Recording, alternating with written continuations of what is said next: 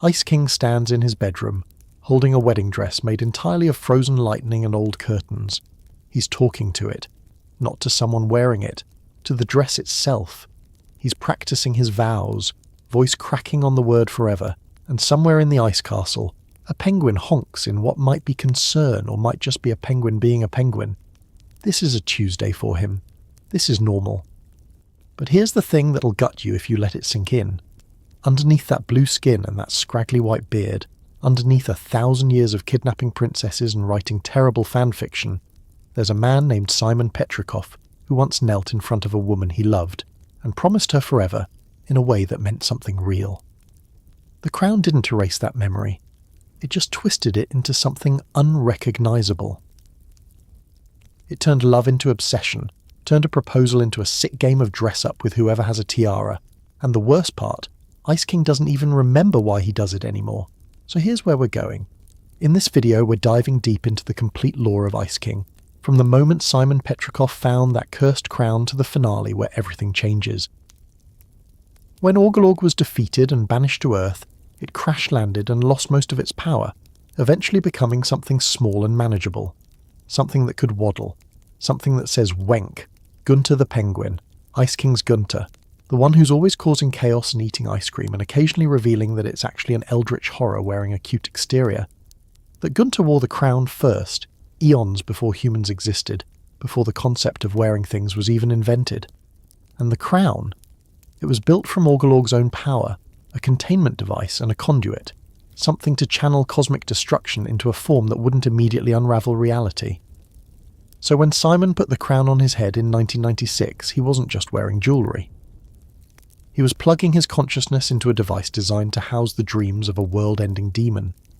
The crown doesn't just grant ice powers, it tries to transform the wearer into something that can channel Orgolorg's original might, rewriting biology and personality and memory, to create a vessel capable of surviving energies that would vaporize normal matter.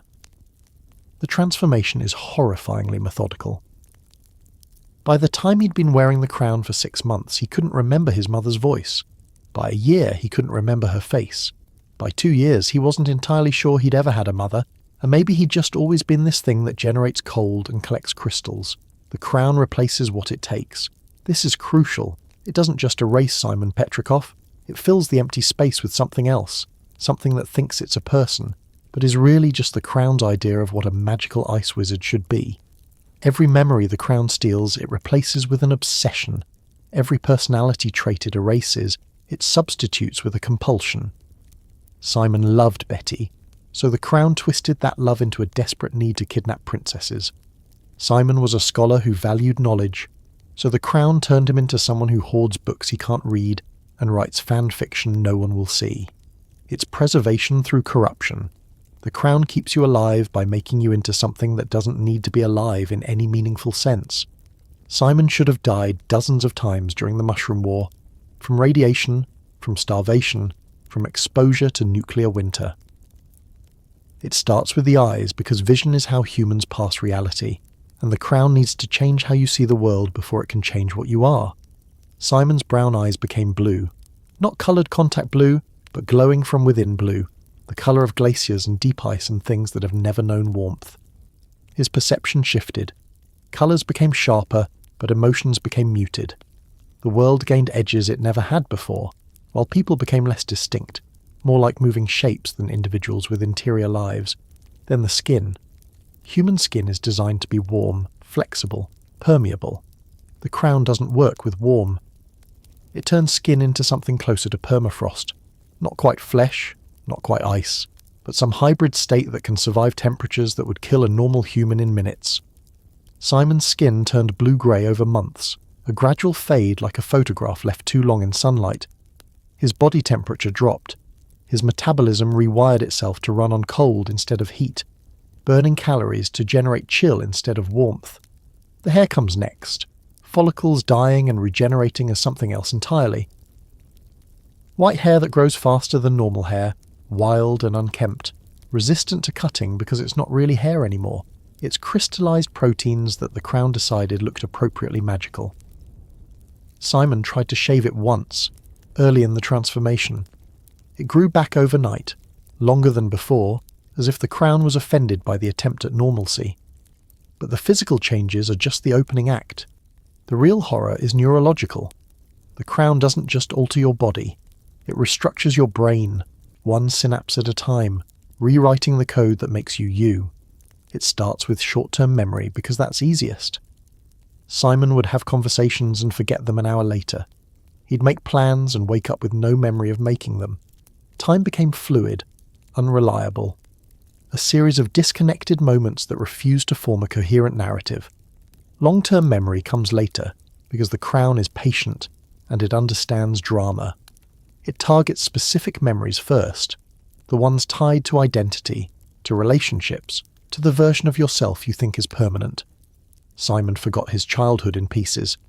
First the details blurred, then entire years vanished. We're talking about love, madness, the apocalypse, and what it really means to lose yourself one frozen heartbeat at a time. So get cozy, hit that like button, subscribe, and let's start at the very beginning, which, ironically, is also the end. The year is 1996. Grunge is dying, the internet is young and innocent, and in northern Scandinavia, a man named Simon Petrikov is about to destroy his entire life with the worst impulse purchase in human history. He's an antiquarian, which is a fancy word for someone who studies old stuff that most people don't care about anymore. Ancient texts, bizarre artifacts, the kind of objects that museums keep in the back because they're too weird or too boring for the main exhibits. Simon loves this work. It's quiet, methodical, safe. It requires patience and a gentle touch and a mind that can see patterns in chaos. He's good at it. More than good. He's brilliant in the way that quiet people often are, the kind of brilliant that doesn't need to announce itself. His colleagues respect him. His students actually listen during lectures. And Betty Grof, his partner in every sense of the word, looks at him like he's solved some fundamental equation of the universe just by existing. Simon's life is small, but it's his. He has Betty. He has his research. He has a future he can predict, which in 1996 feels like the most radical form of security a person can ask for. Then he finds the crown. It's in a small antique shop, the kind of place that smells like dust and old leather and secrets that should have stayed buried.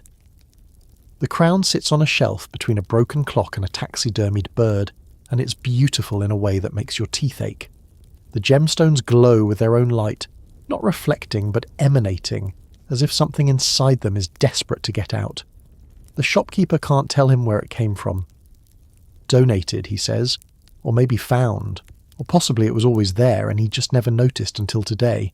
Simon buys it. Of course he buys it. He's a scholar. He sees an artifact that predates modern categorization, and his brain lights up like someone just handed him the answer key to history. Betty teases him about it that night, calls it his precious, does a Gollum impression that makes him laugh so hard he almost drops the crown. They're happy. They don't know yet that happiness has an expiration date measured in the seconds it takes to put something on your head.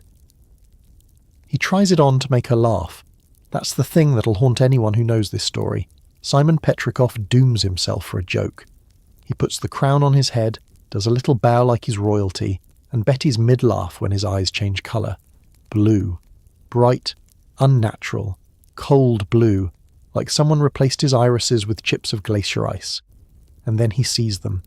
The visions hit him like a freight train made of nightmares and prophecy, and things that shouldn't exist in a sane universe. He sees a world on fire. He sees mushroom clouds blooming like flowers made of death. He sees himself, older, twisted, blue-skinned and alone in a kingdom of ice, screaming for someone named Betty who isn't there anymore. He sees a little girl with bite marks on her neck, holding his hand while the world ends. He sees the crown's previous owner, and this is important. This is a seed we'll come back to. He sees something ancient and powerful and absolutely wrong wearing this exact crown thousands of years before humans learned to write. Simon tears the crown off his head. He's shaking. Betty's asking if he's okay, but her voice sounds like it's coming from underwater, distant and distorted. He tells her what he saw. She suggests therapy, or maybe sleep, or possibly that antique shop sold him something that was exposed to lead paint. They laugh it off because what else can you do when your boyfriend has a psychotic break from trying on a magic crown? Except Simon can't stop thinking about it. The visions felt real in a way that reality often doesn't. They had weight. They had the texture of memory, not imagination. So he does what academics do when confronted with the impossible. He researches. He starts digging into the crown's origins, and what he finds shouldn't exist. References in text that predate human civilization. Symbols that match ancient proto-languages that no one's been able to translate. Myths about ice kings and frozen kingdoms that appear in cultures separated by oceans and millennia. The crown is old, older than old. It's a remnant from something before recorded history, and Simon's finding evidence that it's been passed down through owners who all met the same fate. Power, madness, and a lonely death surrounded by ice. He should stop. He should take the crown back to that shop or bury it, or drop it in the ocean and never think about it again. But Simon's flaw, the thing that makes him human and doomed, is that he can't leave a mystery unsolved. He puts the crown on again, just for a moment, just to see if the visions return. They do, and this time, when he takes the crown off, his fingertips are cold. Not winter breeze cold, freezer burn cold, the kind of cold that comes from inside, like his blood's temperature just dropped 10 degrees. Betty notices. She's worried now, not joking anymore. She tells him to throw the crown away. He promises he will. He's lying, but he doesn't know that yet. The crown's already working on him, already rewriting the parts of his brain that govern truth and obsession and self-preservation. The third time he puts it on, he can't remember why he's supposed to take it off. The fourth time, he freezes their entire living room by accident, ice spreading from his hands like a disease, and Betty's screaming his name, but it sounds so far away. The fifth time, he looks in the mirror and doesn't entirely recognize himself. His hair's starting to turn white at the roots. His eyes stay blue even after he removes the crown. His skin's developing a greyish tint, like he's slowly transforming into something that was never meant to be human. Betty begs him to see a doctor. Simon agrees, but the next day he forgets the appointment. Not because he didn't care, because the crown made him forget. It's subtle at first, these little gaps in memory, these moments where he reaches for a thought and finds it's been replaced with static and the overwhelming urge to put the crown back on. He starts wearing it more often. For research, he tells Betty. To understand it, he tells himself. Because it feels right. He doesn't tell anyone. His colleagues notice changes. Simon's always been reserved, but now he's cold in ways that have nothing to do with temperature. He snaps at students over minor mistakes. He cancels department meetings to stay home with the crown. He's writing papers about magic in a voice that suggests he's forgotten magic isn't supposed to be real. And his peers are starting to whisper about stress and mental breakdowns, and maybe Simon needs a sabbatical. Betty's trying to hold their relationship together with both hands, but it's like gripping water. The more she tries to reach Simon, the more he slips away. He's there, but he's not there. He answers her questions, but his responses are hollow, like he's reading from a script he doesn't understand. When she asks him to throw the crown away, he agrees enthusiastically, then immediately forgets the conversation ever happened. The crown's protecting itself. It needs a host, and it's found the perfect one. A man too curious to quit and too kind to realize he's already lost. Here's where it gets properly terrifying. Simon knows something's wrong. In his lucid moments, when the crown's influence fades just enough for his real personality to surface, he understands that he's being erased. He writes notes to himself, warnings, desperate pleas to his future self to destroy the crown before it's too late. He finds these notes days later with no memory of writing them, reads them like they're messages from a stranger, and then the crown whispers that everything's fine, everything's always been fine. And wouldn't it feel good to put me back on? Betty finds his research one night. Pages and pages of frantic handwriting documenting his deterioration. Day 47, can't remember my mother's face. Day 62, forgot Betty's birthday, made ice sculptures instead, she's crying, don't know why. Day 90, pretty sure I froze the neighbour's cat, felt nothing. The last entry just says help me in handwriting, so shaky it barely qualifies as letters. She confronts him. He doesn't understand what she's upset about. The crown's already rewritten that entire month in his memory. To Simon, he's fine. Better than fine. He's powerful now. special. The visions make sense in a way that normal life never did. When Betty threatens to leave unless he gets help, he laughs. Not cruelly, just confused. Why would she leave? Everything's perfect. Can't she see how perfect everything is? Betty leaves anyway. She has to. Staying means watching the man she loves disappear inside his own skull, replaced by something that wears his face but can't remember why her smile used to make him write bad poetry. She packs a bag. She tells him it's not forever, just until he's ready to deal with this. Simon nods, promises to call a therapist, and the second she's out the door, he puts the crown back on. He won't see her again for 1,000 years, and when he does, he won't remember her name. So here's the question that Ice King can't answer but that haunts everyone who knows his story. At what point did Simon Petrikov stop being Simon Petrikov? Was it the first time he put the crown on, the 50th, the moment he chose the crown over Betty? Or was it gradual, so slow that there was never a single moment where you could point and say, there, that's when he died and the Ice King was born? Because here's the thing about transformation. Here's the thing about losing yourself to something bigger and older and crueler than you can comprehend. It doesn't happen all at once. It's not dramatic. You don't wake up one day as a different person. Instead, you make a series of small choices that seem reasonable at the time, and each choice takes you one step further from who you were, and by the time you realise you're lost, you've forgotten what home even looked like. Simon Petrikov put on a magic crown in 1996. Ice King woke up in a kingdom of his own making centuries later, surrounded by penguins who might be prisoners or might be family, and he has no idea how he got there. The journey between those two moments is written in frozen tears and forgotten love, and a man's desperate attempts to warn his future self about a future he couldn't prevent. And the worst part, the part that turns this from tragedy into something that'll keep you awake at 3 a.m, Ice King's happy. In his fractured, broken way, he's content with kidnapping princesses and writing fan fiction and living in a castle made of ice and loneliness. The crown didn't just take Simon's identity, it took his ability to mourn what he'd lost. So when you see Ice King chasing Princess Bubblegum on a Tuesday afternoon, when you watch him get defeated by a teenager and his magic dog for the 100th time, when he goes home to his empty castle and talks to penguins like they understand the aching void where his memories used to be, remember this. He's not a villain. He's not even really a person anymore.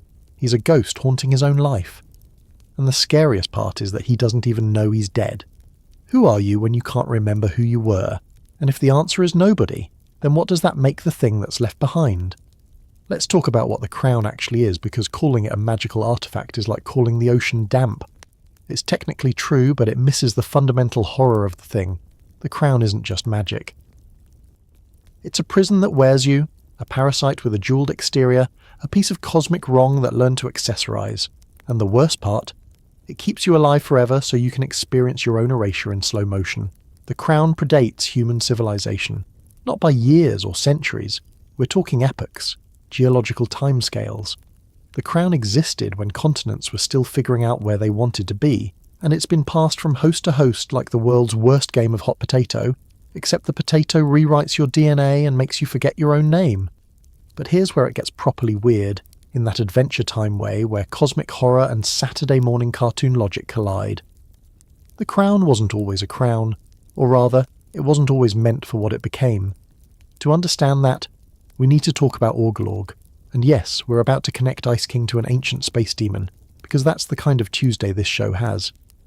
Orgolorg was a cosmic entity from before. Time had the decency to organise itself into something linear. A breaker of worlds, a creature so powerful and so fundamentally wrong that the universe itself decided it needed to be stopped. But the crown wouldn't let him.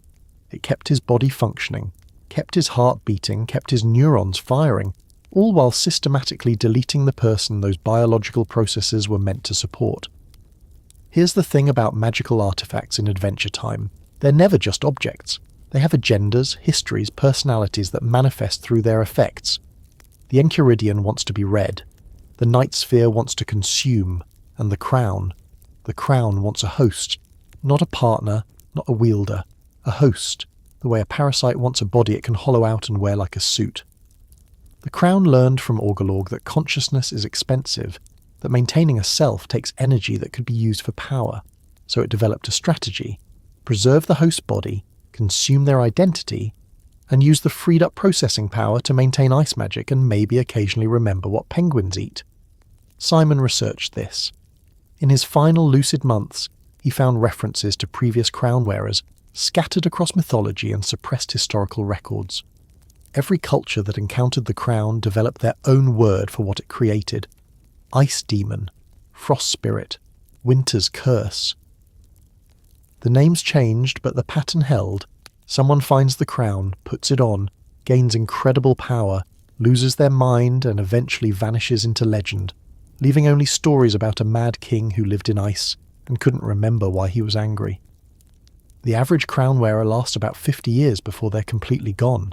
Not dead. Gone. The body persists, but the person inside becomes so fragmented that they stop qualifying as a consciousness in any meaningful sense. They become a magical weather phenomenon that sometimes uses nouns. Simon lasted longer because Simon was stubborn in ways the crown didn't anticipate. His scholarly mind, his capacity for self-reflection, his absolute refusal to stop documenting his own deterioration, these bought him time, gave him decades where other wearers got years. But even stubbornness has limits. The crown doesn't lose. It can't lose.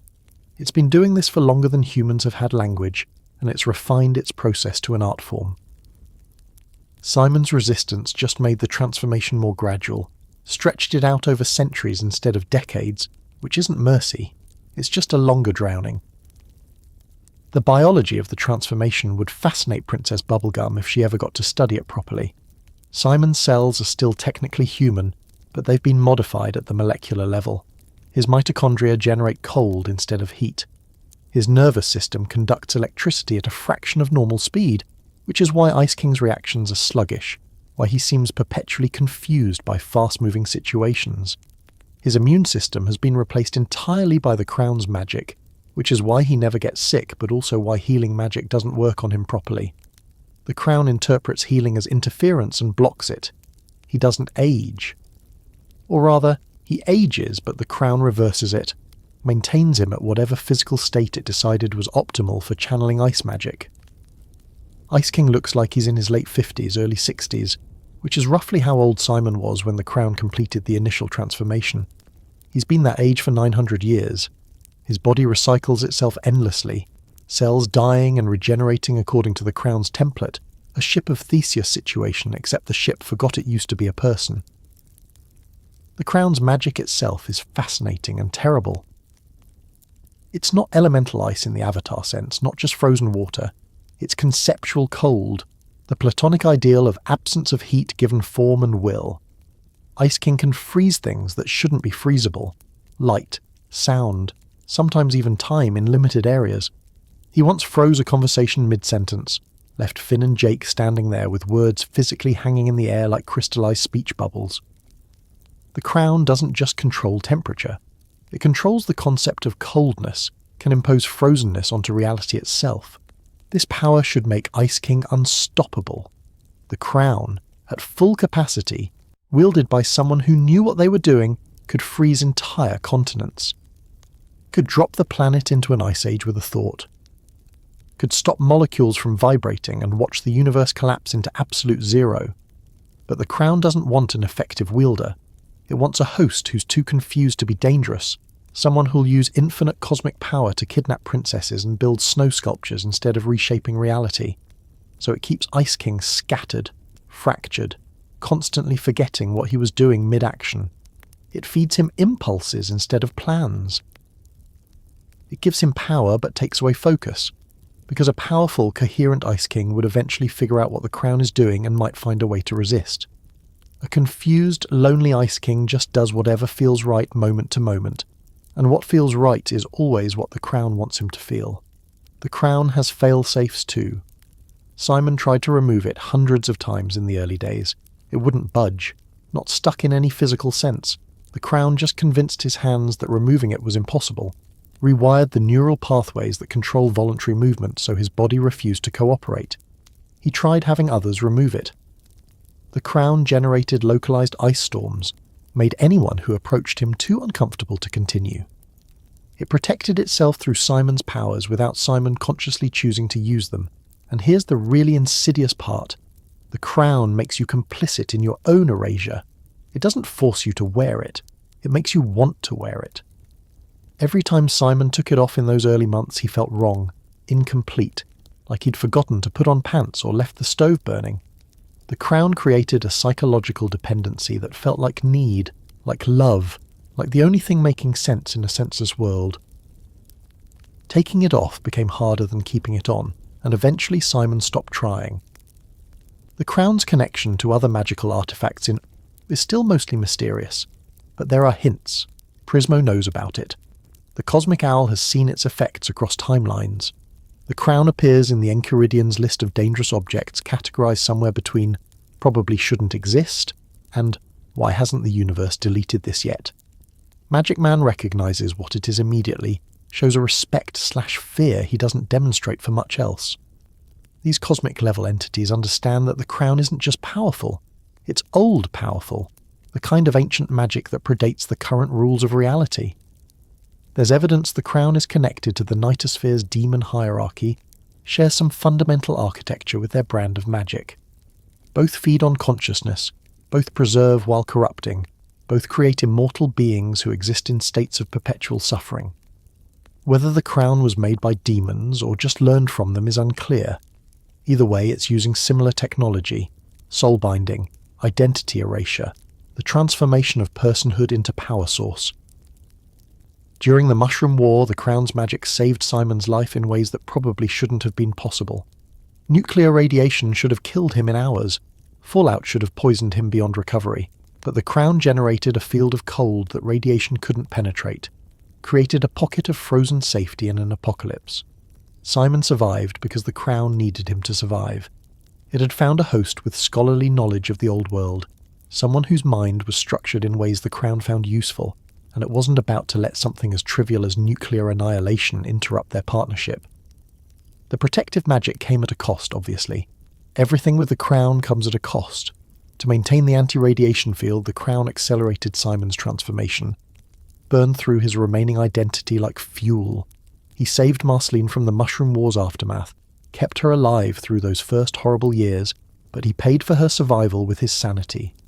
Every day he used the crown to protect her was a day he forgot more of who he was. By the time Marceline was safe, Simon was mostly gone. The crown's final trick, its masterpiece of cruelty, is that it makes the transformation feel like growth. Ice King doesn't think he lost himself. He thinks he became himself, evolved into something better and more magical than boring old Simon Petrikov ever was. The crown convinced him that madness is enlightenment, that forgetting your past is freedom, that being alone in an ice castle surrounded by penguins who may or may not understand language is actually the best possible life. And here's where we loop back to that opening question. What is the crown? It's a prison that convinced its prisoner the bars are decorative. It's a parasite that makes you grateful for the infection. It's a cosmic joke about the price of power, written by something that thinks suffering is the punchline. It's Orgolog's dream of destruction, filtered through human weakness and crystallized into a piece of jewelry that grants wishes you didn't know you had, and then makes you forget you were ever capable of wanting anything else. Simon put on a crown to make his girlfriend laugh. The crown kept him alive for 1,000 years so he could forget why laughter mattered. That's not magic. That's cosmic horror wearing a tiara. And the truly terrifying part, the crown isn't done. It's still working on Ice King, still erasing and replacing, still finding new pieces of Simon to corrupt. Every episode where Ice King does something pathetic or cruel or incomprehensibly weird, that's the crown refining its masterpiece. The crown won.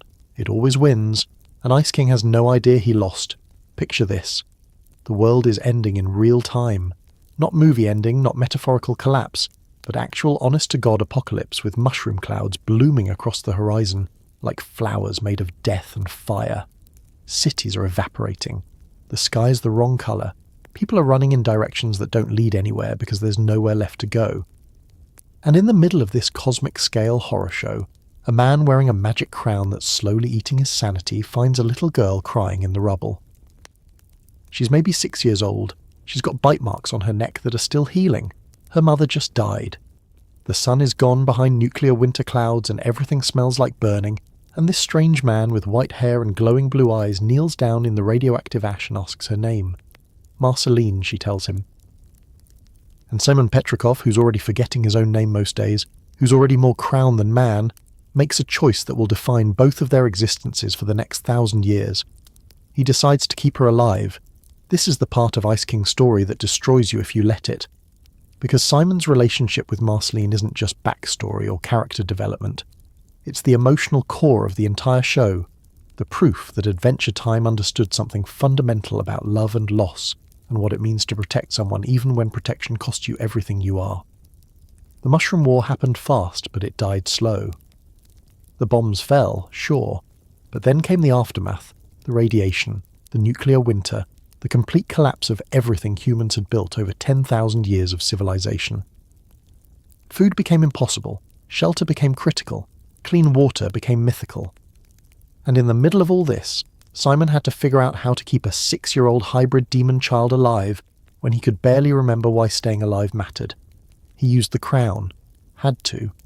Without it, he was just a middle-aged academic with no survival skills and a tendency to get emotional about proper bibliography formatting. With the crown, he could generate heat in the nuclear winter, freeze contaminated water until the radiation settled out, create ice shelters that blocked fallout. The crown made him powerful enough to protect Marceline. It just required him to pay with pieces of his mind every single time he put it on. And Simon knew. This is what makes it tragic instead of just sad. He understood the exchange rate. Every time he used the crown to save her, he lost a little more of himself. Every frozen shelter cost him memories. Every ice blast that drove away mutants or desperate survivors took another chunk of his personality. He was buying Marceline's survival with his identity, and he made that trade consciously, repeatedly, for years. Their dynamic in those early days was something between father-daughter and two survivors clinging to each other in the dark. Simon wasn't her dad. Marceline had a dad somewhere, probably. Hunson Abadir, the Lord of the Nightosphere, though she didn't talk about him much and Simon was too polite and too deteriorating to press. But Simon became the parent figure she needed in the moment, the one who remembered to look for food, who told terrible jokes to make her laugh, who sang songs in a voice that got scratchier every week but never stopped trying. Marceline taught him things too, how to scavenge efficiently, which ruins were safe to explore, how to tell if water was drinkable or if it would kill you in interesting ways. She'd been surviving alone before Simon found her, and she had skills that academia never taught. Together they made something that almost worked, the scholar who could create ice, and the half-demon kid who could float and eat red, partnered up against an apocalypse that wanted them both dead. Simon sang to her, "This detail matters more than it seems. In the wreckage of human civilization, while radiation storms turned the sky green, and mutants howled in the distance, Simon Petrikov sang the Cheers theme song to a little girl who'd never seen the show. He sang it because it was about friendship and belonging, about a place where everybody knows your name, and in the Mushroom War's aftermath those concepts felt like fairy tales. Marceline learned the words. She'd hum it while they walked through dead cities, this chipper 76 television theme song echoing through radioactive ruins, and for brief moments they could pretend the world hadn't ended. The Cheers song became their lullaby, their prayer, their reminder that humans once built a civilization advanced enough to make sitcoms about bars. But the crown was winning. Simon tried to hide it from her. He'd have good days where he was mostly himself, where he remembered to check on her feelings and ask about her nightmares and actually listen to her answers. Then he'd have bad days where he forgot her name, called her Betty, wandered off muttering about ice kingdoms and princesses who didn't exist yet. Marceline learned to gauge his lucidity by his eyes. The brighter blue they glowed, the less of Simon was home. She started taking care of him. This is heartbreaking in ways that take a minute to fully land. Marceline was 7, 8, 9 years old, and she was parenting her parent figure, reminding him to eat, steering him away from dangerous situations, singing the Cheers song to bring him back when the crown took him too far into whatever frozen fantasy land it was building in his skull. She learned to recognize the signs that he was slipping, developed strategies to anchor him to reality, became an expert in managing someone else's deteriorating mental state before she hit double digits in age. Simon had lucid moments where he understood what was happening, where the crown's grip loosened just enough for him to see clearly. Those moments were torture. He'd look at Marceline and realise she was older than last time he really saw her, realise months had passed in what felt like days, realise he'd been using the crown so much that he couldn't remember the last time he'd been fully himself. He'd apologise. Marceline would tell him it was okay. They both knew it wasn't. He started writing her notes. Same strategy he'd used with Betty, except now the stakes were higher because the world had ended and Marceline didn't have anyone else. He'd scrawl messages during his clearer moments. Keep Marceline safe. The crown is taking me. Protect the girl. She matters more than I do. He'd hide these notes in their camp, hoping his future deteriorated self would find them and remember that he had a reason to resist the crown's influence. Sometimes it worked. Ice King would find a note in Simon's handwriting, some desperate plea to protect Marceline, and for a few hours he'd be more focused, more present, more willing to fight through the mental fog. Then the crown would reassert control and he'd forget the note existed. The cycle repeated for years, Simon leaving messages for Ice King occasionally receiving them, the crown ensuring that nothing lasted long enough to threaten its control. The worst part, the detail that should be illegal to put in a children's show, is that Marceline had to watch him forget her. Not all at once, gradually.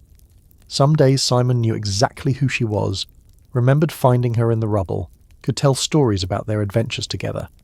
Other days he'd look at her like she was a stranger, ask why this floating demon child was following him, get suspicious and aggressive until she calmed him down. And the good days became less frequent. The bad days stretched longer. The man who saved her was disappearing, and she was old enough to understand what that meant, but too young to process the grief. There's an episode, seasons into the show's run, called I Remember You. It's 12 minutes long and it'll wreck you harder than most feature films. Ice King shows up at Marceline's house wanting to hang out, wanting to collaborate on songs, and Marceline's trying to tolerate him while he's being his usual irritating self. He's got lyrics he wants her to help with, words that don't quite make sense but feel important somehow. And slowly, painfully, it becomes clear that these aren't lyrics, they're notes, Simon's notes, the desperate messages he left for himself centuries ago preserved in Ice King's subconscious, emerging as half-remembered song fragments. Marceline realises before Ice King does. She reads the notes. Marceline, is it just you and me in the wreckage of the world? And you can watch her break. Because these are Simon's words, Simon's handwriting, proof that the person she loved still existed somewhere inside the Ice King's fractured mind. And Ice King doesn't understand why she's crying. He thinks they're just jamming. He's having fun. He's got no idea that he's showing her evidence of his own death. The episode ends with Marceline singing him the Cheers song, and Ice King doesn't remember teaching it to her. Doesn't remember why it makes him feel something that might be sadness, or might just be the echo of sadness from before the crown took that capacity away. He leaves confused about why Marceline was upset, and she's left alone with the knowledge that Simon loved her enough to fight the crown for years but still lost. This is Adventure Time's masterpiece move. Taking a goofy villain who kidnaps princesses and revealing that he's a tragedy in a wizard costume, that every annoying thing he does is a corrupted version of love, that the person Marceline loved most in the world is still technically alive but so far gone that he can't even remember her name most days. It recontextualizes everything. Every time Ice King shows up being pathetic or desperate for attention, you can't unsee Simon trying to connect with people through the crown's interference. Every time Marceline looks at him with that specific expression of pain and resignation, you know she's seeing her father figure and his murderer wearing the same face. Their relationship post-transformation is complicated in ways that don't have easy answers. Marceline knows Ice King is Simon, but Ice King doesn't know he's Simon, which creates this impossible dynamic where she's mourning someone who's still alive while he's bothering her about songwriting. She can't fully move on because he's right there, and she can't get closure because closure would require him to remember what he forgot, which would require him to be someone he can't be anymore. She protects him anyway, subtly, from a distance, in ways he never notices. When other characters want to permanently deal with Ice King's villainy, Marceline intervenes. When he's in actual danger, she shows up. She's spent 1,000 years being unable to save Simon from the crown, So she settles for saving Ice King from himself and from a world that would happily eliminate him if she wasn't watching. The Mushroom War sections of their story, the years between Simon finding Marceline and Simon becoming Ice King completely, those are the parts the show only reveals in fragments. We get glimpses. A flashback here, a note there, Marceline's songs carrying memories that Ice King can't access. But we can extrapolate the horror. Years of Simon using the crown to survive, each use accelerating his transformation. Marceline getting older, getting stronger, needing protection less, while Simon needed help more. The gradual role reversal where she became his caretaker, because he couldn't take care of himself. There was probably a final lucid conversation, a moment where Simon knew he was about to slip away permanently and needed to tell Marceline goodbye. We don't see it in the show, which is maybe mercy or maybe cruelty. But it must have happened. A moment where Simon Petrikov looked at the girl he'd protected for years and told her she'd be okay without him, that she was strong enough now, that he was sorry he couldn't stay. And then he put the crown on one last time, and when he took it off, Simon was gone and Ice King was what remained. Marceline had to leave him eventually, not because she wanted to, because watching him deteriorate was killing her in slow motion, and because Ice King was starting to wander, to forget they had a camp, to leave in the middle of the night following the crown's impulses towards some ice kingdom that didn't exist yet. She woke up one morning, and he was gone. She tracked him for a while, made sure he was surviving, then let him go because holding on was just prolonging the goodbye. She was still a kid when she lost him, maybe 11, 12 at most, old enough to survive alone in post-apocalyptic Ooh, young enough that she shouldn't have had to. She'd spent her formative years with a man who taught her about music and kindness, and protecting people who couldn't protect themselves, and then watched him transform into something that couldn't remember teaching her anything. That kind of loss doesn't heal, it just becomes part of your architecture, shapes how you build relationships for the next 1,000 years. Simon saved Marceline's life, that's objective fact. Without him, she dies in the Mushroom War, from radiation, from starvation, from exposure, from any of the 1,000 ways the apocalypse killed people. He kept her alive long enough to develop her powers, to learn to survive, to become the vampire queen who'd endure for centuries. He gave her life. Marceline couldn't save Simon. That's the tragedy. She was there for his entire transformation, watched every stage of his deterioration, and couldn't stop it. Too young to understand what was happening until it was too late. Too powerless against magic that predated civilization. She got to keep the man who saved her life, but only as a broken thing that forgot why saving her mattered. And here's the thing that makes this story essential to understanding Ice King.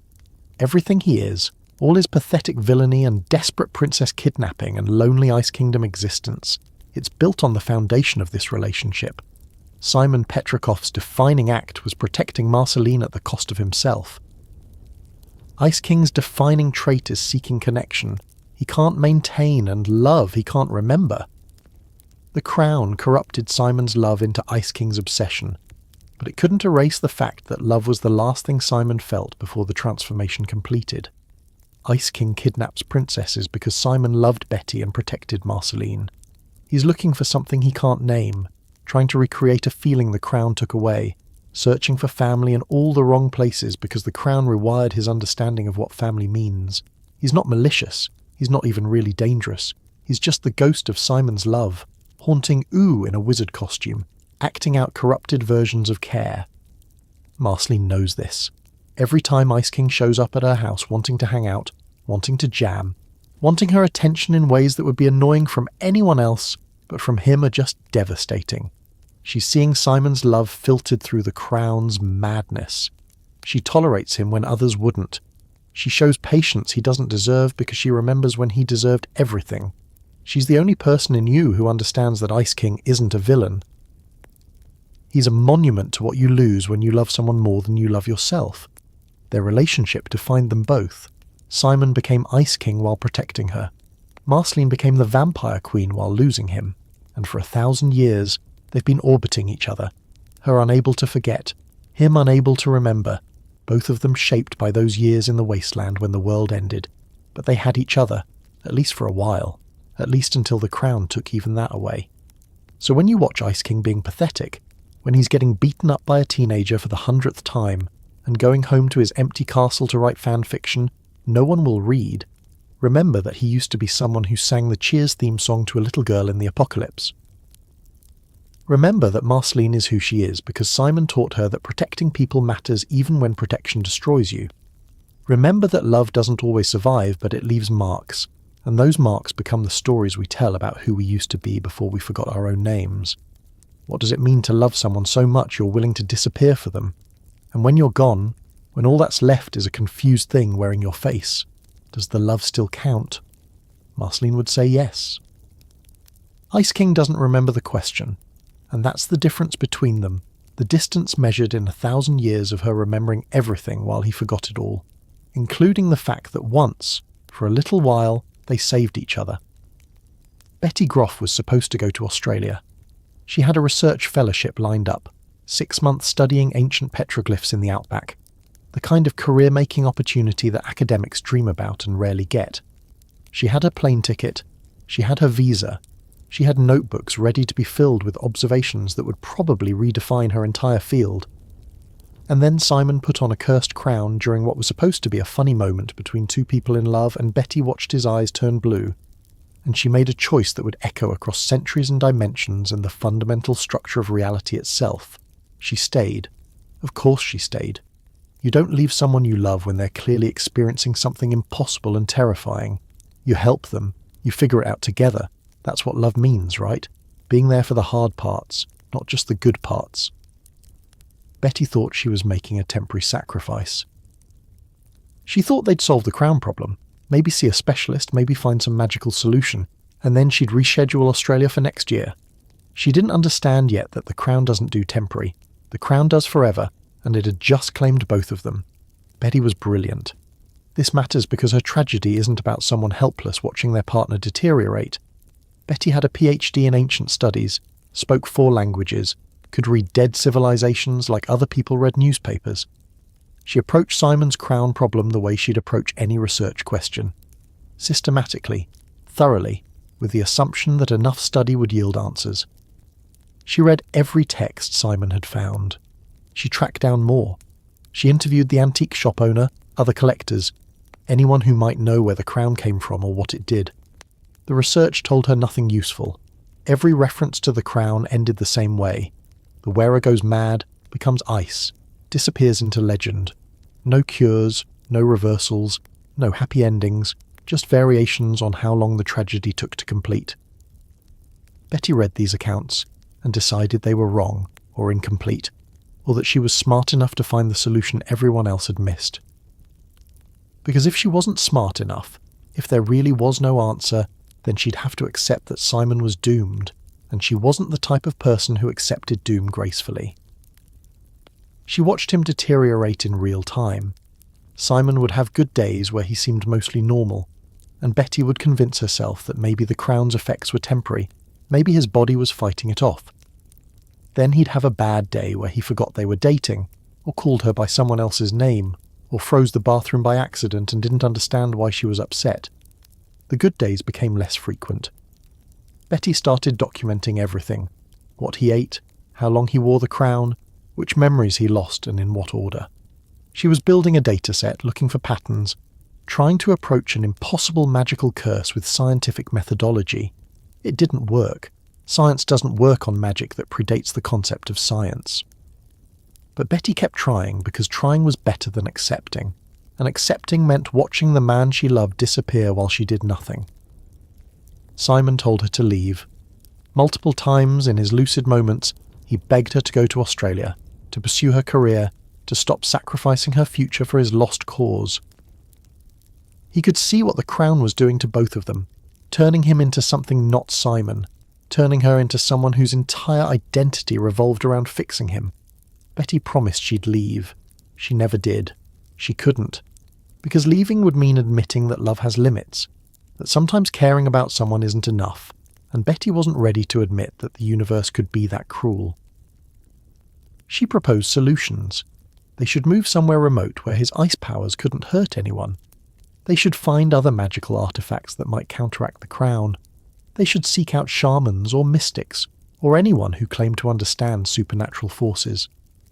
Simon went along with her plans because he loved her, and because in his deteriorating state he couldn't always remember why they wouldn't work. They travelled to Iceland looking for ice magic experts. They visited monasteries that claimed to have exorcism rituals. They spent Betty's savings on charlatans and genuine magic users, and everyone in between, and nothing helped. The Crown kept winning. The final straw, the moment that broke them permanently, came about 8 months after Simon first put the crown on. They were in their apartment. Simon was having a bad episode, muttering about ice kingdoms and princesses who didn't exist, and Betty was trying to calm him down, trying to bring him back, and he looked at her with those glowing blue eyes and said, "I'm sorry, Betty, but I need you to go. I need you to leave right now because I don't know how much longer I can control this, and I will not let this thing turn me into someone who hurts you." It was the most lucid he'd been in weeks, the most Simon he'd been, and Betty realised that the Crown had progressed to the point where he was dangerous, where staying meant risking her life, where love might literally kill her if she didn't leave. So she left. She packed a bag, she cried the entire time, and Simon stood there, still wearing the crown because he couldn't figure out how to take it off anymore, and watched the only person he had left walk out the door. Betty got as far as the airport. She sat at her gate, passport in hand, ready to board the flight to Australia and her actual life, and she couldn't do it, because leaving felt like murder. Leaving felt like abandoning someone who'd drown if she wasn't there to pull them out, even though rationally she knew she couldn't pull him out, knew the Crown had him and wasn't letting go. But love isn't rational. Love is the opposite of rational. Love is staying when you should go, trying when you should quit, believing in solutions that don't exist because the alternative is despair. She came back. Simon was gone. Just gone. He'd left the apartment, wandered off following whatever impulses the Crown fed him, and Betty never saw him again. Not in 1996. Not in the following years when she searched for him. Not before the Mushroom War ended the world and scattered everyone who survived into whatever corners of reality they could find. Betty spent the rest of her pre-war life looking for Simon. She became an expert in magical artifacts, in curses, in anything that might lead to understanding what the Crown was and how to reverse it. She tracked reported sightings of a man with blue skin and ice powers. She followed rumours and legends and any lead, no matter how absurd. She turned her entire existence into a quest to save someone she hadn't seen in years, someone who might already be too far gone to save. And then the bombs fell, and Betty, like most humans, died in the apocalypse, which should have been the end of her story. Tragic, sure, but finite. A woman who loved too much and couldn't save the person she loved, and then the world ended. That's sad, but it's closure. Except Betty's story doesn't end there, because in Adventure Time, love is a force that can break reality, and Betty loved Simon with the kind of intensity that punches holes in the timeline. Centuries later, in Ooh, in a world so far beyond 1996 that the apocalypse is ancient history and magic is just Tuesday, Hambo the teddy bear becomes the key that brings Betty back. Hambo belonged to Marceline, was a gift from Simon during the Mushroom War years, got traded through various hands until it ended up with a witch named Maya. And when Maya uses Hambo to summon something from the past, something connected to Simon's love and loss and desperate need, she doesn't summon Simon, she summons Betty. Betty Grof appears in Ooh completely disoriented, pulled through time and possibly death by the magical resonance of Simon's feelings for her. She's wearing the same clothes from 1996. She hasn't aged a day because she's been nowhere, been non-existent, been stored in whatever cosmic waiting room love-based magic uses, and the first thing she learns is that Simon is still alive, still cursed, still wearing the crown, still Ice King, still everything she failed to save him from, except now it's been 1,000 years, and the failure is so much bigger than she imagined. Betty doesn't hesitate. She doesn't take time to process that the world ended, that she's in the future, that she probably died and got resurrected by accident. She sees Simon, Ice King, not Simon but close enough, and immediately starts working on saving him. Because that's what she does. That's what she's always done. Simon is broken and Betty fixes things, and the fact that she's failed every time doesn't mean she should stop trying. She throws herself into research with the same intensity she had in 96, except now she has access to ooze magic, to Princess Bubblegum's scientific resources, to a world where the impossible is just poorly categorized reality. Betty studies the crown. She analyzes Ice King's physiology. She reads every magical text, consults every wizard, pursues every lead with the kind of focused obsession that would be admirable if it wasn't so clearly unhealthy. Princess Bubblegum tries to help. She's fascinated by Betty, by someone from the pre-war world who understands scientific methodology and academic rigor. They should be natural collaborators, but their approaches are fundamentally different. Bubblegum treats the crown as an interesting problem, approaches it with clinical detachment, knows when to step back and admit something might be unsolvable. Betty treats the crown as the enemy, approaches it with desperate fury, will never step back because stepping back means admitting Simon is lost. Bubblegum sees the danger in Betty's obsession. She recognizes the pattern, someone sacrificing themselves trying to save another person, losing their identity in the process of preserving someone else's. It's what happened to Simon with the crown. It's what's happening to Betty with Simon. Bubblegum tries to warn her, suggests that maybe Betty should focus on building a life in ooh, on accepting what can't be changed. Betty smiles and nods, and immediately ignores every word because Bubblegum doesn't understand. Bubblegum never loved someone enough to break herself trying to save them. Betty's attempts become increasingly desperate. She tries removing the crown by force, almost kills Ice King in the process. She researches time travel, thinks maybe she can go back to 1996 and stop Simon from ever putting the crown on, creates paradoxes that nearly unravel reality. She makes deals with magical entities, trades parts of herself for power, starts using magic in ways that corrupt her own mind and body. She's becoming the thing she's trying to prevent, someone losing themselves to power, someone transformed by obsession. And here's where it gets really dark. Ice King doesn't know who Betty is. He sees this woman who keeps showing up, trying to remove his crown, talking about someone named Simon, and he doesn't make the connection. The crown erased Betty from his memory so thoroughly that being in the same room with her triggers nothing. No recognition, no sense of familiarity. Betty is destroying herself to save someone who can't remember she exists. She knows this. She sees him look through her like she's a stranger, and it doesn't stop her. If anything, it makes her more determined because if she can just cure him, if she can just bring Simon back, then he'll remember, and it will all have been worth it. The fact that he doesn't remember her now is just more evidence that the crown needs to be destroyed, more proof that she's right to sacrifice everything. Magic Man plays a role here, which is fitting because Magic Man understands this particular brand of madness. He lost Margles, spent centuries being cruel and chaotic because grief broke him, and he recognizes the same trajectory in Betty. He's not helpful exactly, but he's honest. He tells Betty that some things can't be fixed, that sometimes love means letting go, that she's going to destroy herself chasing an impossible solution. Betty thanks him for his perspective and immediately disregards it because Magic Man is insane and she's trying to save someone, which is totally different except it's not. Betty starts studying dark magic. Not evil dark, just dangerous dark, the kind of magic that costs something to use. She learns from Bella Noche, from ancient texts, from sources that Bubblegum refuses to touch because they're too risky. Betty doesn't care about risk. Risk is a concept for people who have something to lose. Betty lost everything the moment Simon put on that crown. She's just been running on borrowed time and desperate hope ever since.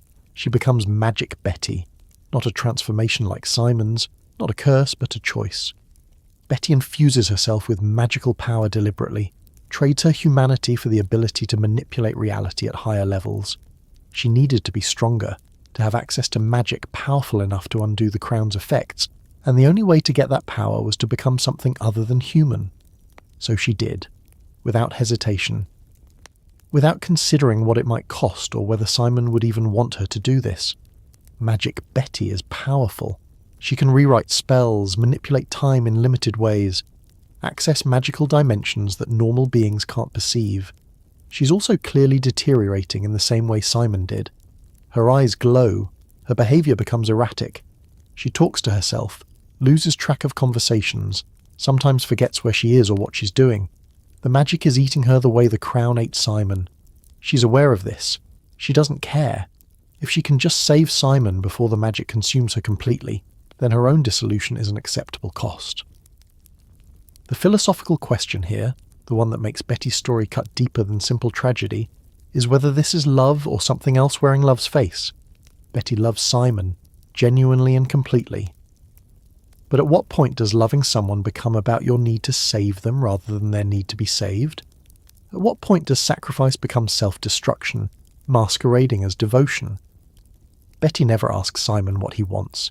She never considers that maybe Ice King is who Simon is now, that maybe the kind thing would be to let him exist as he is rather than chase a version of him that died centuries ago.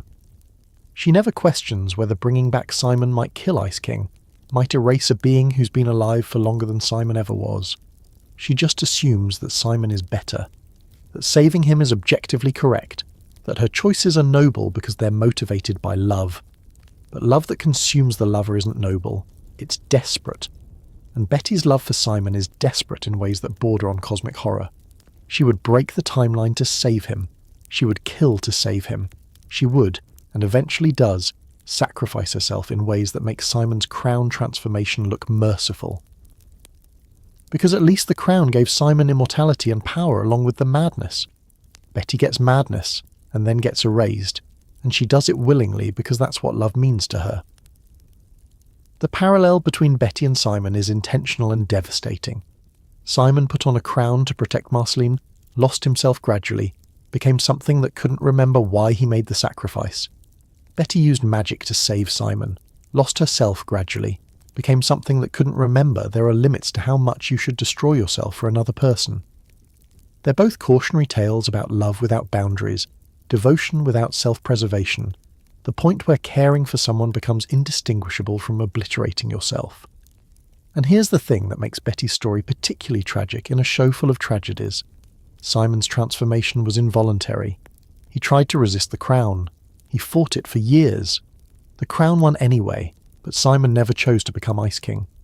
Betty chose everything, chose to stay instead of going to Australia, chose to spend her life searching for Simon instead of moving on, chose to infuse herself with magic instead of accepting limits. Every step of her deterioration was voluntary, which somehow makes it worse because it means she could have stopped and didn't. Finn and Jake watch this happening. They see Betty destroying herself, and they try to intervene, try to suggest that maybe she should slow down, take care of herself, consider that the crown might be unbeatable.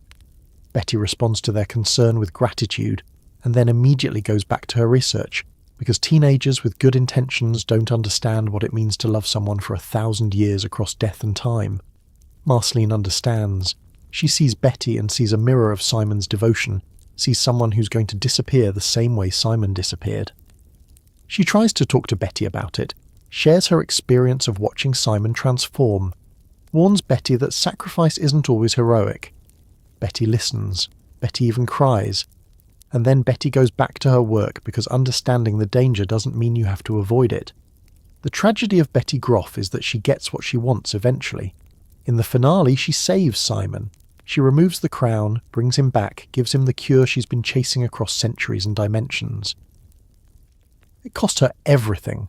It cost her more than everything. It cost her existence itself. But she does it. She wins. She saves Simon Petrikov from Ice King. And the question that haunts the finale, the question that doesn't have a good answer, is whether that victory was worth it. Whether Simon wanted to be saved at that price. Whether love that requires complete self-annihilation is love at all, or something else. Something that looks like love, but is really just fear of loss wearing a martyr's costume. Betty Grof loved Simon Petrikov more than she loved herself, more than she loved her career, more than she loved existence. And that kind of love isn't romantic, it's terrifying. Because love should expand you, not erase you, and Betty's love erased her so completely that by the end there's no Betty left. Just the act of saving Simon crystallized into a final choice. Simon lives, Betty's gone. And somewhere in that exchange is a lesson about the difference between loving someone and being consumed by the need to save them, about sacrifice versus self-destruction, about the point where devotion becomes its own kind of curse. Would you erase yourself to save someone you love? Would you trade your existence for theirs? And if you would, does that make you noble or just as cursed as the crown that started this whole tragic cascade? Betty never asked those questions. She just acted. And that's either the most romantic thing in Adventure Time's mythology or the most horrifying, depending on whether you think love should have limits or whether limits on love make it something less than true. Either way, Betty Grof is gone and Simon Petrikov is back, and the cost of that exchange is written in the space where Betty used to be, in Simon's guilt and grief, in the understanding that sometimes the person who saves you pays a price you never wanted them to pay and can never repay. That's love in Adventure Time. That's what it costs. And sometimes the bill comes due in ways that make you wish you'd never loved anyone at all. Here's what a typical Tuesday looks like for Ice King. He wakes up in a castle made of ice that he built himself but can't remember building. He's surrounded by penguins who may or may not understand language, and definitely don't leave even though the doors aren't locked. He eats ice cream for breakfast because he forgot that other foods exist, or maybe because ice cream is the only thing that tastes like anything when your entire physiology is optimized for cold. Then he looks out over his frozen kingdom, mountains of ice, walls of ice, furniture made of ice, a literal palace of frozen water that never melts, and thinks, today's the day I finally get a princess to marry me. This is his life. This is his entire existence. And the worst part, he's pretty much okay with it. The Ice Kingdom isn't just Ice King's home, it's a physical manifestation of his psychological state, a kingdom built from isolation and loneliness, and the crown's magic given architectural form. Every tower represents a memory he can't access. Every frozen wall is a barrier between him and meaningful connection. The whole structure is beautiful in the way that prisons can be beautiful, impressive craftsmanship serving the purpose of containment. He built it himself, which is impressive considering he can barely remember to feed himself most days. The crown guided him, fed him impulses about where to place walls and how to shape ice, and Ice King followed those impulses the way you follow muscle memory for tasks you've done 1,000 times. He carved out rooms without knowing what they were for. He created throne rooms and ballrooms and bedrooms for princesses who'd never come. He built a kingdom for a life he couldn't remember wanting, but needed desperately anyway. The castle's architecture is revealing if you analyse it. There are too many bedrooms. Way too many. Like Ice King was building for a family he expected, but that never materialised. Or maybe trying to recreate a life from before the crown where people stayed and rooms had purposes beyond existing as empty space. The walls are thick enough to keep out the world, but also to keep in whoever's inside. It's defensive architecture with the defences pointed both ways. And it's cold. Obviously it's cold, but specifically it's cold in ways that serve no purpose. The throne room is cold enough to preserve meat indefinitely.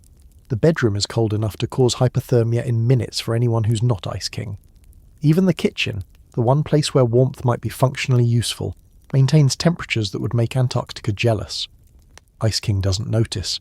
The crown rewired his comfort zone to the point where room temperature would feel like burning, where the rest of Oo's climate is uncomfortably hot, where only deep cold feels like home.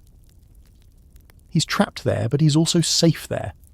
The Ice Kingdom is the one place in Oo where Ice King makes sense, where his ice powers and cold-adapted biology and complete disregard for normal social conventions don't mark him as an outsider. It's his prison and his sanctuary, the place he retreats to after every failed princess kidnapping, and every rejection, and every moment where the world reminds him he doesn't fit. Then there are the penguins.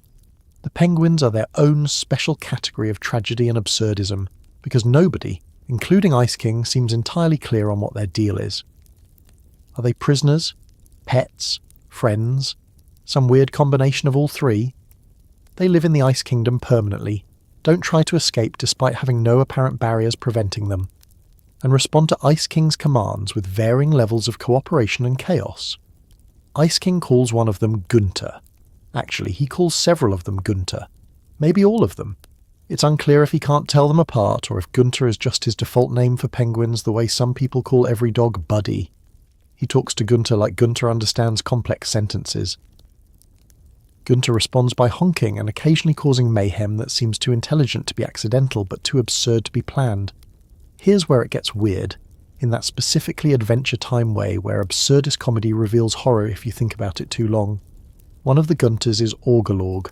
the ancient cosmic entity that originally wore the crown, now trapped in penguin form and just vibing in Ice King's castle. Ice King has no idea. He's living with the source of the crown's power, the being whose consciousness the crown is trying to resurrect through him, and he treats it like a particularly troublesome pet. Orgelor Gunther doesn't reveal itself. It just exists as a penguin, occasionally doing things that shouldn't be possible for penguins, breaking magical seals, understanding complex magic, showing intelligence that suggests it's been planning something for centuries. And Ice King just thinks this Gunther is extra special, gives it more attention, trusts it more than the other penguins. He's befriended his own curse and doesn't realise it. The other penguins are probably normal penguins, though in Adventure Time, normal is relative. They seem content with their situation, which raises questions about Ice King's relationship with them. He doesn't keep them locked up. He doesn't threaten them. They could leave any time, but they stay, which suggests either they've bonded with him, or they're staying for reasons that penguins understand but humans don't. Maybe Ice King feeds them well. Maybe the Ice Kingdom's cold is comfortable for Arctic birds in a way the rest of Ooo isn't. Maybe they recognise that Ice King is harmless and kind of pathetic, and staying with him is the penguin equivalent of adopting a sad rescue animal. Ice King treats them like family. Not in a healthy way, but in the way lonely people treat pets when pets are the only consistent presence in their lives. He talks to them about his feelings. He asks their advice on princess kidnapping strategies. He throws them birthday parties where he's the only one who seems to understand what birthdays are.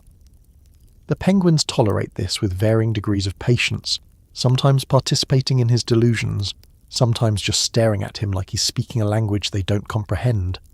Which brings us to the princess kidnapping. This is Ice King's defining trait, the thing he's known for across Ooo, his primary hobby and the source of most of his conflict with Finn and Jake. He kidnaps princesses, constantly, obsessively, with a single-minded determination that would be admirable if it was directed at literally anything else. But here's the thing that recontextualizes everything. Ice King doesn't actually know why he kidnaps princesses. The crown fed him this compulsion, twisted Simon's memories of proposing to Betty and protecting Marceline into an obsessive need to acquire princesses for marriage. Ice King follows the impulse because it feels right, feels necessary, feels like the solution to the loneliness that permeates his existence. But if you asked him to articulate why he needs a princess, specifically, he couldn't tell you. He just knows he does. Princess Bubblegum is his primary target, and that's not random. The crown chose her because she's the closest thing in Ooo to Betty. Brilliant, scientific, pink hair that sort of resembles Betty's colouring if you squint and your memory is completely broken. Ice King pursues Bubblegum with a desperation that's uncomfortable to watch, because it's clearly not about her as a person. He's chasing a feeling he can't remember, trying to recreate a relationship that died 1,000 years ago, and Bubblegum is just the crown's closest approximation of what Simon lost. Bubblegum handles this with remarkable patience, considering she's being regularly kidnapped by a wizard who smells like old ice and penguin. She understands, on some level, that Ice King is more sad than dangerous. She knows his backstory, Marceline told her, or she figured it out from research, or both.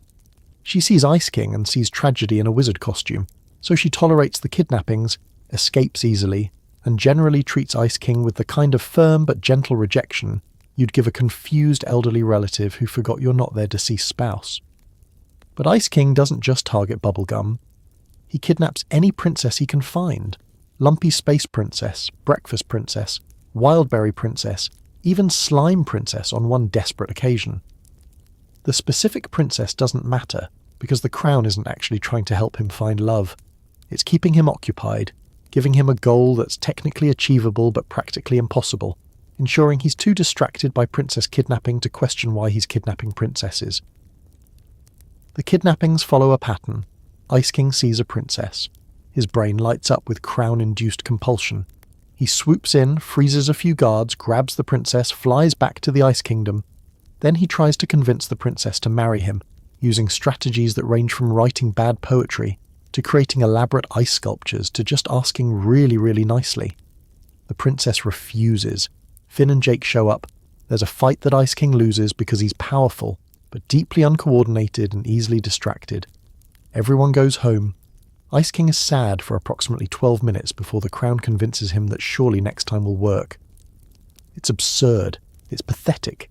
It's also a corrupted version of Simon trying to propose to Betty, played out over and over across centuries until the original meaning is completely lost, and only the hollow gesture remains.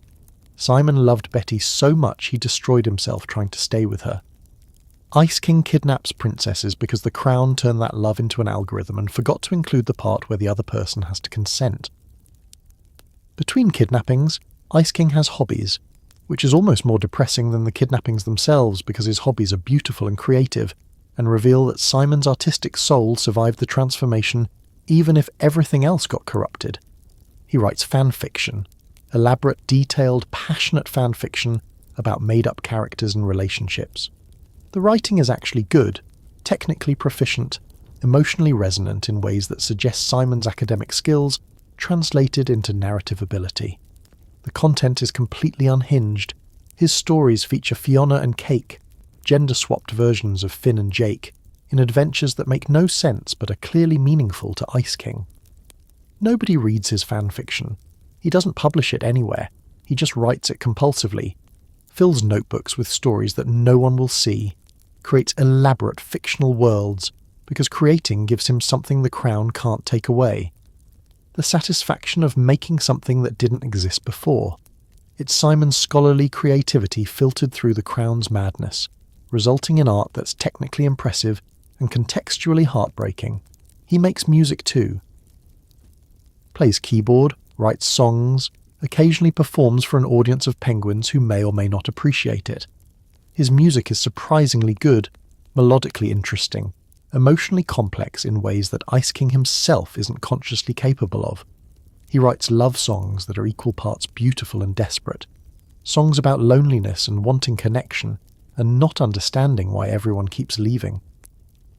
The Crown can erase his memories, but it can't erase his ability to feel, so those feelings leak out through music and end up being the most honest thing about him. His artistic output is constant, because creating is one of the few activities the Crown doesn't interfere with. Ice King can't remember yesterday, but he can spend 6 hours writing a story or composing a song, and the Crown lets him because artistic creation isn't resistance, isn't fighting back, isn't anything that threatens the Crown's control. So Ice King creates endlessly, fills his castle with notebooks and compositions and ice sculptures, builds monuments to creativity that nobody sees except penguins and himself. His relationship with Finn and Jake evolves in ways that neither party fully acknowledges. Initially they're enemies. Ice King kidnaps princesses, Finn rescues them, they fight, Ice King loses, repeat. But over time something shifts. Finn and Jake start to see Ice King as less villain and more annoying neighbour, who occasionally does crimes. Ice King starts to see them as less obstacles and more the closest thing he has to consistent social interaction. They become something adjacent to friends. Not real friends, because Ice King is too unstable, and Finn is too much the hero to fully embrace someone who regularly commits kidnapping. But friendish, friend adjacent. The kind of relationship where they'll hang out and play card games when Ice King isn't being actively villainous, where Finn will check on him if he seems more depressed than usual, where Jake will share wisdom that Ice King immediately forgets but appreciates in the moment. Ice King desperately wants their approval. He invites them to parties they don't want to attend. He tries to impress them with his ice powers. He asks for advice about princess kidnapping and seems genuinely confused when they tell him to stop kidnapping princesses. He doesn't understand friendship's boundaries, doesn't grasp that you can't be someone's friend while regularly committing crimes against their friends, doesn't connect those dots because the Crown won't let those connections form. There are moments of genuine kindness that complicate Ice King's villain status. He helps people sometimes, seemingly on impulse, doing good things because in that moment it felt right.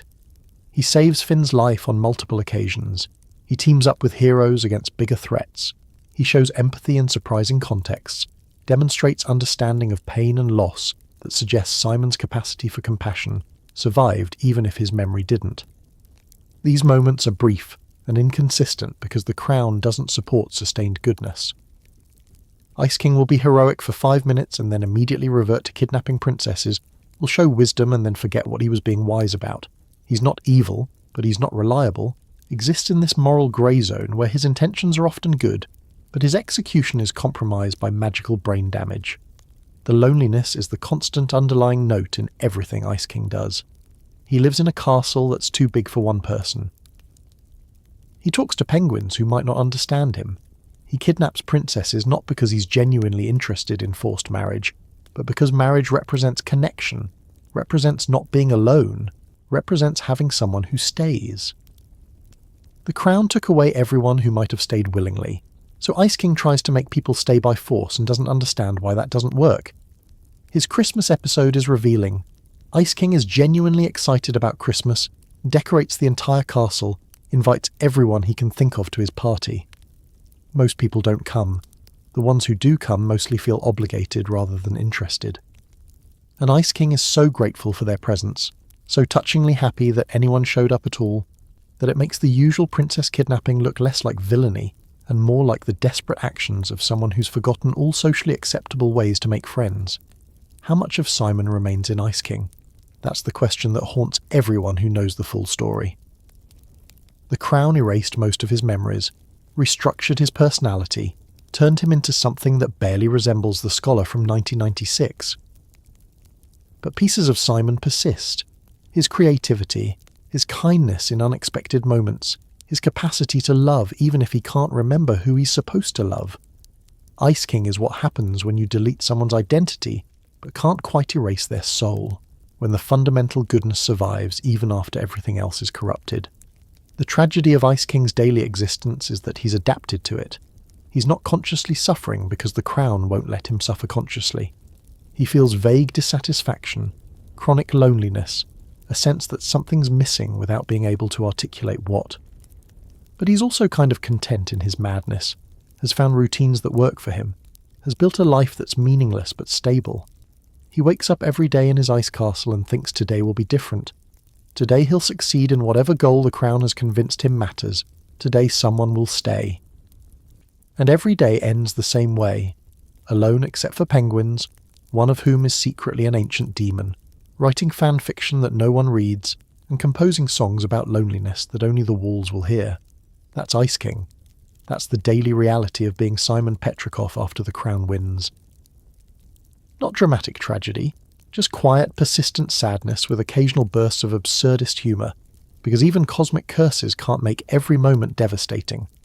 Sometimes you're just a wizard eating ice cream for breakfast, talking to penguins about your feelings, and genuinely believing that your latest princess kidnapping scheme will totally work this time.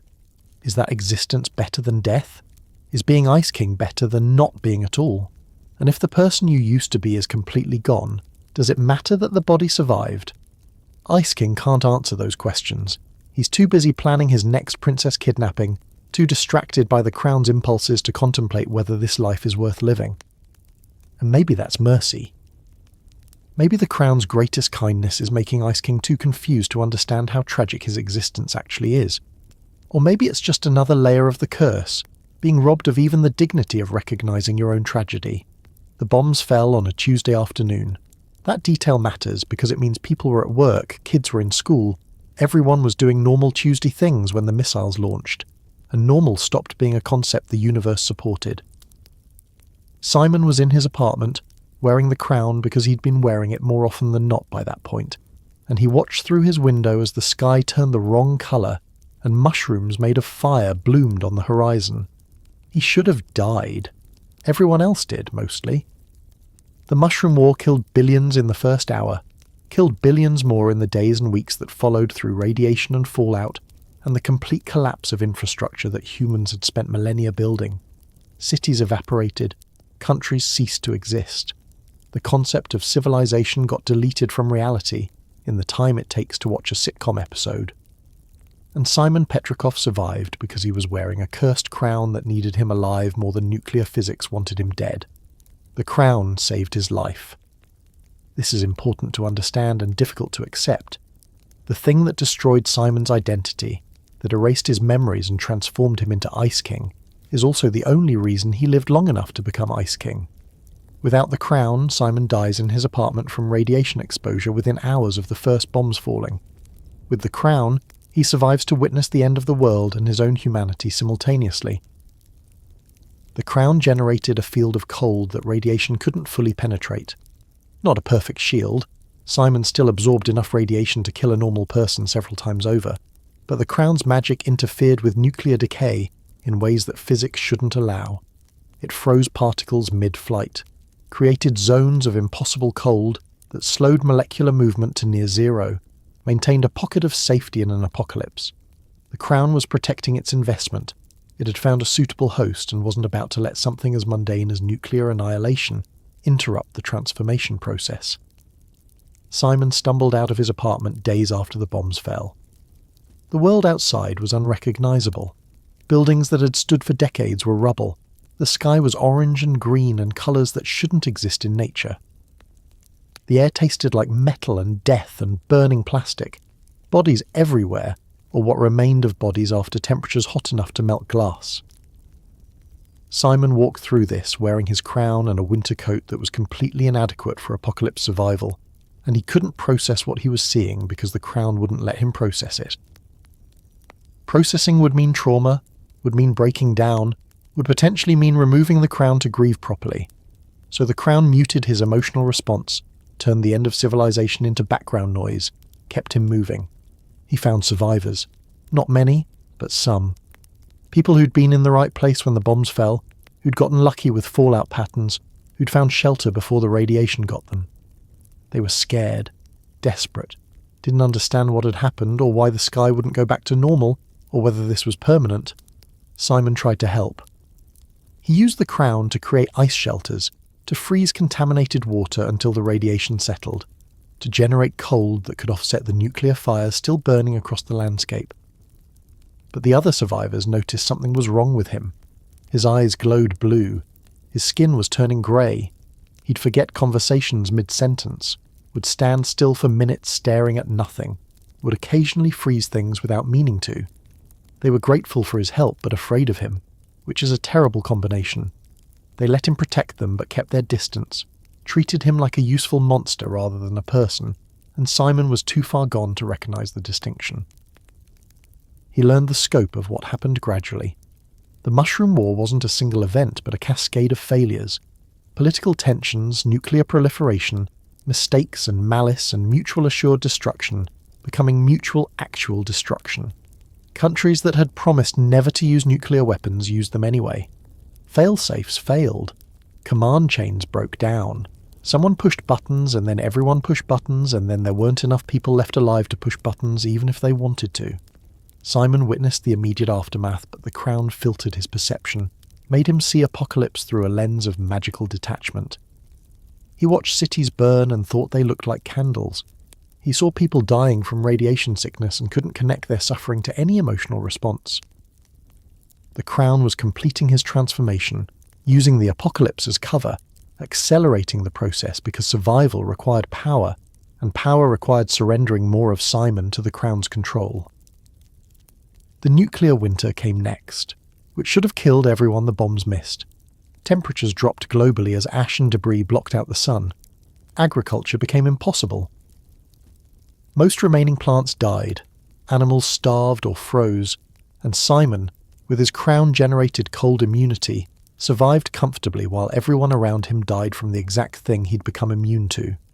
He watched the last gasps of human civilization while being physiologically incapable of feeling cold, which is its own special category of cosmic irony. He kept moving. Staying in one place meant watching people die slowly, meant being asked to help in ways he couldn't help, because the Crown only did cold, and apocalypse required warmth and food and medicine.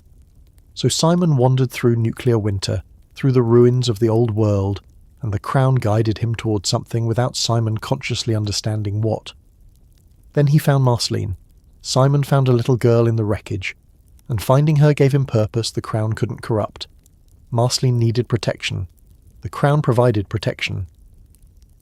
For the first time since putting on the Crown, Simon's goals and the Crown's goals aligned. He could use the Crown's power without the Crown needing to manipulate him, because keeping Marceline alive was genuinely what both Simon and the Crown wanted. Those years with Marceline, surviving together through nuclear winter, those were the last time Simon was mostly himself. The Crown was still transforming him, still erasing memories and rewriting personality, but it was slower because Simon had a reason to resist. Every time he felt himself slipping, he'd look at Marceline and remember why staying coherent mattered. She became his anchor to identity, the one thing the Crown couldn't take away because taking her away would threaten the host's survival, and the Crown needed the host intact. They scavenged together through the ruins of human civilization. Simon had pre-war knowledge. He knew what buildings were safe to explore, what canned goods were worth taking, which ruins might have useful supplies. Marceline had post-war instincts. She could sense danger, knew which mutants were aggressive, understood the new rules that Apocalypse had written. Together they made something that almost resembled a functional survival unit. Simon showed Marceline remnants of the world before. He took her to libraries, or what remained of libraries, and showed her books even though most were damaged beyond reading. He tried to teach her about science and history and art, tried to preserve some fragment of human knowledge in a world that had forgotten why knowledge mattered. Most of it didn't stick because Marceline was 6 and 6-year-olds don't care about academic subjects when they're living in a nuclear wasteland. But Simon tried anyway because trying was the last thing connecting him to being Simon. The Crown's interaction with radiation was fascinating in ways that Princess Bubblegum would absolutely want to study if she ever got the chance.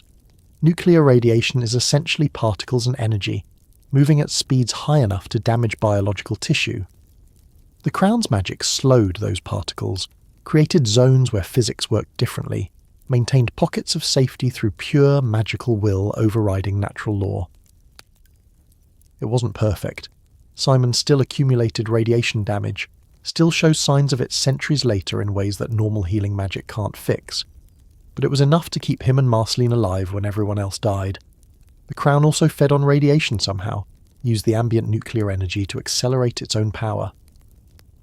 Ice King in present-day Ooh is stronger than Simon was pre-war because the Crown absorbed Apocalypse levels of energy and incorporated that into its abilities. The Mushroom War didn't just fail to destroy the Crown, it made the Crown more powerful, which is exactly the kind of terrible irony that Adventure Time specialises in. Simon saw things during the Mushroom War that Ice King can't remember, but that shaped Ice King's behaviour in ways neither of them understand. He witnessed the absolute worst of humanity. People killing each other over food, parents abandoning children, the complete breakdown of social contracts that held civilization together. He also witnessed unexpected kindness, strangers sharing supplies, people protecting each other for no benefit. Humanity's capacity for good persisting even when goodness made no logical sense. These experiences are still in there somewhere, buried under centuries of Crown-induced amnesia. Ice King's paranoia about people leaving, his desperate need for connection, his simultaneous cynicism and childlike optimism, these are Simon's Mushroom War trauma filtered through the Crown's corruption. He can't remember the apocalypse, but he remembers how it felt, carries those feelings without context, acts on emotions he doesn't understand because the Crown preserved the emotional scars while deleting the memories that created them. Simon met other magic users during the Mushroom War period. The apocalypse woke up magic somehow, or maybe magic was always there, and the bomb's energy interacted with magical potential in ways that created new wizards. Some survivors developed powers, fire manipulation, mutation abilities, reality-bending tricks that shouldn't exist according to pre-war physics. Simon wasn't the only magic person stumbling through the wasteland. He was just the only one whose magic was eating him from the inside. He encountered Patient St. Pym, another crown wearer, another person whose attempt to help people through magic ended in isolation and madness. They recognized something in each other, two people transformed by artifacts they didn't fully understand, and they talked briefly about their respective curses. Patience tried to warn Simon about the Crown's final stages, described what happens when the transformation completes. Simon thanked her and then forgot the conversation happened because the Crown didn't want him retaining information about its endgame. He saw the beginning of Ooh's magical ecosystem. The bomb's radiation, combined with whatever cosmic forces govern Adventure Time's universe, started creating the Candy People, the Fire People, the various kingdoms and species that would eventually populate the land of Ooh. Simon witnessed biology going completely chaotic, watched mutation happen in real time, saw the birth of a world that would be so weird that Ice King fit right in. The Crown gave Simon knowledge he shouldn't have. During particularly intense magical moments, when he was using the Crown at full capacity to protect Marceline from radiation, or mutants or other dangers, he'd get flashes of information, the crown's history, Orgelorg's memories, visions of previous wearers and their fates. Most of this he forgot immediately, but fragments stuck. Ice King occasionally says things that suggest ancient knowledge, makes references to events he couldn't possibly know about, demonstrates understanding of magic that implies the crown's been downloading information directly into his brain. This makes Ice King inconsistently but impressively knowledgeable about specific topics. He'll be completely clueless about basic facts, and then suddenly demonstrate expert-level understanding of magical theory or ancient history.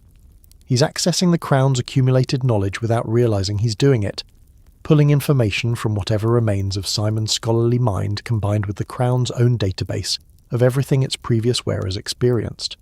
The weight of being a living relic from the old world is something Ice King doesn't consciously feel, but that influences everything he does. He's one of maybe a dozen beings in Yu who remember pre-war civilization, who lived through the transition from modern world to post-apocalyptic fantasy land, who carries memories of cars and television and electricity and all the mundane magic that humans built before destroying it all. Marceline carries this weight too, but she was young enough during the war that most of her memories are post-apocalyptic. Simon was an adult, was fully formed in the old world, watched that world end completely. Ice King exists in the new world but was built by the old one, which creates this weird temporal displacement where he's simultaneously ancient and confused, knowledgeable about things nobody cares about anymore, and ignorant of how the current world actually functions. The tragedy of Simon surviving everything but himself plays out across centuries. He survived the bombs when billions didn't, survived the radiation when nearly everyone did, survived the nuclear winter, the collapse of civilization, the complete restructuring of reality into something magical and strange. He outlived humanity itself. Not literally, there are other human survivors, but he outlived humanity's civilization, its culture, its entire way of being. And the cost of that survival was becoming something that isn't quite human anymore, that can't remember why surviving mattered, that won the game by forgetting there was a game to win. The Mushroom War is Ice King's origin in ways that go beyond just, this is when he fully transformed. The apocalypse validated the crown's corruption. It proved that the normal world Simon loved didn't deserve to survive, that humanity's great civilization ended in nuclear fire because humans couldn't stop themselves from destroying everything they built. The crown used the apocalypse as evidence. See, Simon, the old world wasn't worth remembering, the old you wasn't worth preserving. Let me remake you into something that belongs in this new weird world, where nothing makes sense and magic is real, and trying to maintain sanity is just rejecting the new normal. And Simon, watching everything he knew burn, couldn't argue with that logic, so he let go a little more, used the crown a little more freely, accepted the transformation a bit more readily. Because if the world was going to be incomprehensible anyway, why fight to maintain comprehension? Ice King is the Mushroom War's longest-lasting casualty. Not killed by the bombs, but killed by surviving them, transformed so completely by the experience and the crown's magic that the person who went into the apocalypse didn't come out the other side. Simon Petrikov died in the Mushroom War. The bombs just took 1,000 years to finish the job, using magic and madness instead of radiation and fire. But here's the weird, hopeful thing that Adventure Time does with this. Ice King, wandering around, kidnapping princesses and writing fanfiction, is proof that surviving apocalypse is possible. He's broken and tragic, but he's alive. He adapted to the new world, found ways to exist in post-apocalyptic chaos, built a life that's meaningless but stable. He's the answer to the question, can humans survive the end of everything? And the answer is yes. Technically. Sort of. If you're willing to accept that the thing that survives might not be recognizably human anymore. The Mushroom War ended civilization, but it couldn't end the human capacity to persist, to adapt, to keep going even when going makes no sense. Simon became Ice King, but Ice King keeps living, keeps trying to connect with people, keeps creating art and pursuing goals and existing in ways that suggest that even complete transformation can't erase the fundamental human drive to matter. Is that hopeful or horrifying? Is Ice King's continued existence proof of human resilience or proof that some fates are worse than death? And does the answer change if you're the one surviving versus the one watching someone survive? Simon walked into the Mushroom War as a scholar who loved someone, He walked out of it as a wizard who couldn't remember what love felt like. The war took everything humanity built and turned it to ash. The crown took everything Simon was and turned it to ice. And somewhere in the space between those two transformations, in the years of survival and slow erasure, Simon Petrikov became the answer to a question nobody wanted to ask. What happens when you outlive yourself? The Mushroom War ended on a Tuesday. Simon's transformation completed on a Tuesday years later that he doesn't remember. And every Tuesday since, Ice King wakes up in his castle and thinks today might be the day something changes, not understanding that the biggest change already happened and he survived it in the worst possible way. That's the Mushroom War's legacy in Ice King form. Survival without memory, existence without meaning, life after the end of the world which turns out to be just more life. Stranger and sadder and somehow still going because stopping isn't an option, the crown programmed into its host. Here's something that shouldn't be possible but happens anyway. Ice King gets better. Not cured, not healed, not transformed back into Simon. That's not the kind of better we're talking about. But he grows. He learns.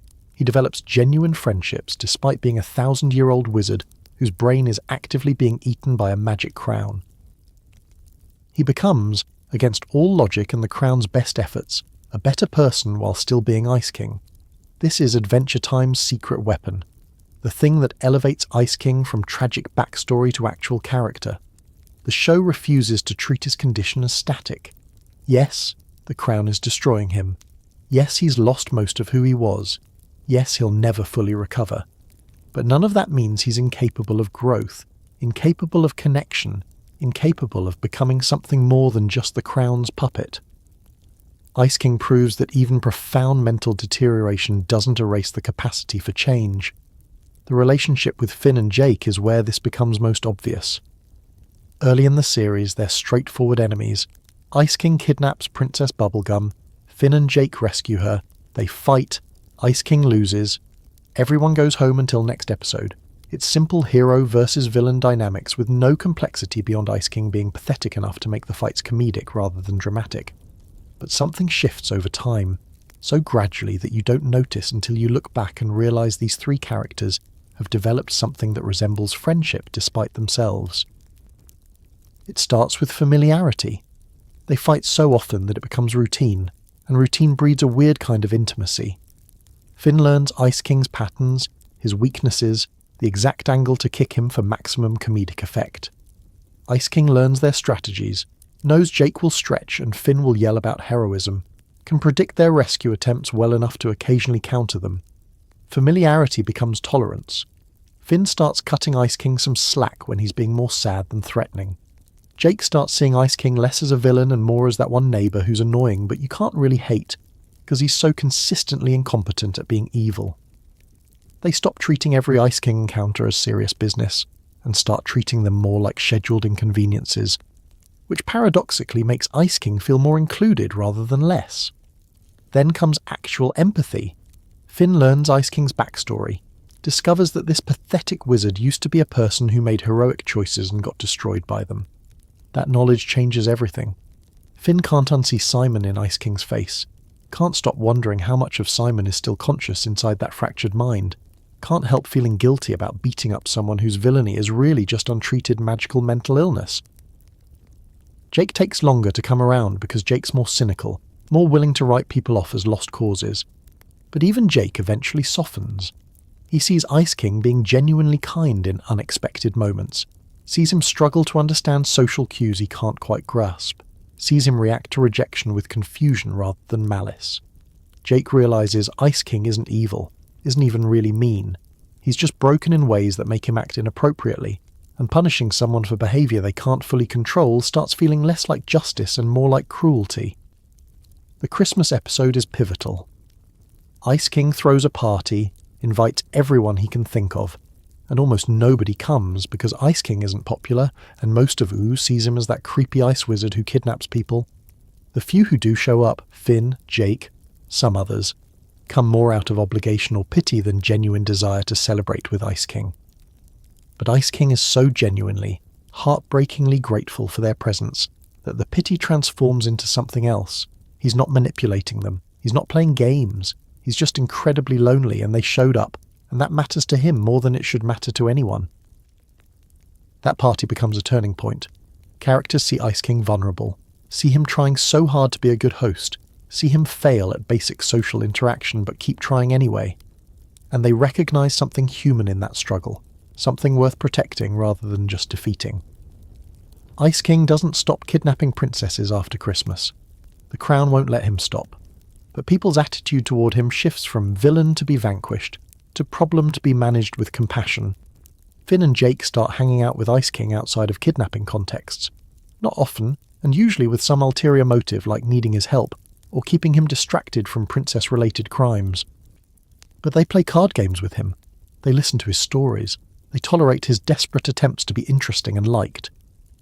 An Ice King who's spent centuries being rejected by everyone latches onto this attention with an intensity that's uncomfortable to watch, but also deeply human.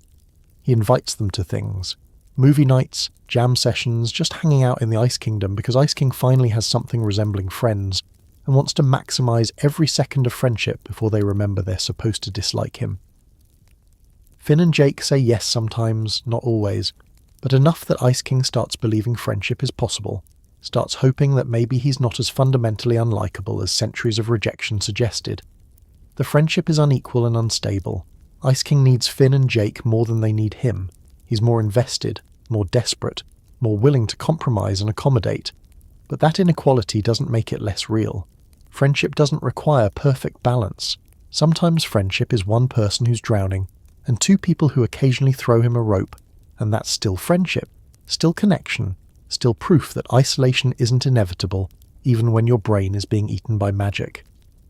Ice King does heroic things sometimes, which surprises everyone, including himself. He saves Finn's life when Finn's in genuine danger, acts without thinking because the impulse to protect kicks in before the crown can interfere. He teams up with heroes against bigger threats, contributes his ice powers to battles where the stakes are higher than princess kidnapping.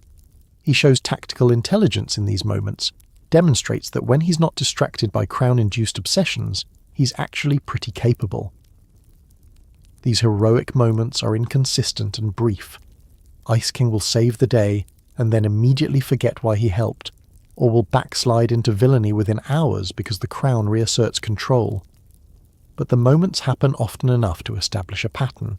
Ice King is capable of good when given the right context and motivation. The crown can't completely erase Simon's heroic instincts. It can only make them sporadic and unreliable. Marceline's relationship with Ice King is its own special category of complicated. She knows he's Simon, but he doesn't know he's Simon, which creates impossible dynamics. She can't be fully honest with him because honesty would require explaining things he can't understand. She can't push him away completely because he's the person who saved her life. She can't embrace him as Simon because he's not Simon anymore. So she settles for something in between, tolerating Ice King's presence, showing patience he doesn't deserve from anyone except her, occasionally jamming with him despite knowing it hurts her to play music with someone who forgot teaching her to love music. They form a band at one point. Ice King on keyboard, Marceline on bass, creating music that's surprisingly good because both of them are talented and their styles complement each other. Ice King doesn't remember that they've played together before, doesn't understand why Marceline sometimes looks at him with that specific expression of pain. He just knows that jamming with her feels right in ways he can't articulate, that making music together satisfies some need the crown usually prevents him from satisfying. Marceline uses these jam sessions as connection points, moments where she can interact with the ghost of Simon through Ice King's confusion. She'll play songs that Simon taught her, watch Ice King unconsciously harmonise in ways that suggest muscle memory the crown couldn't erase.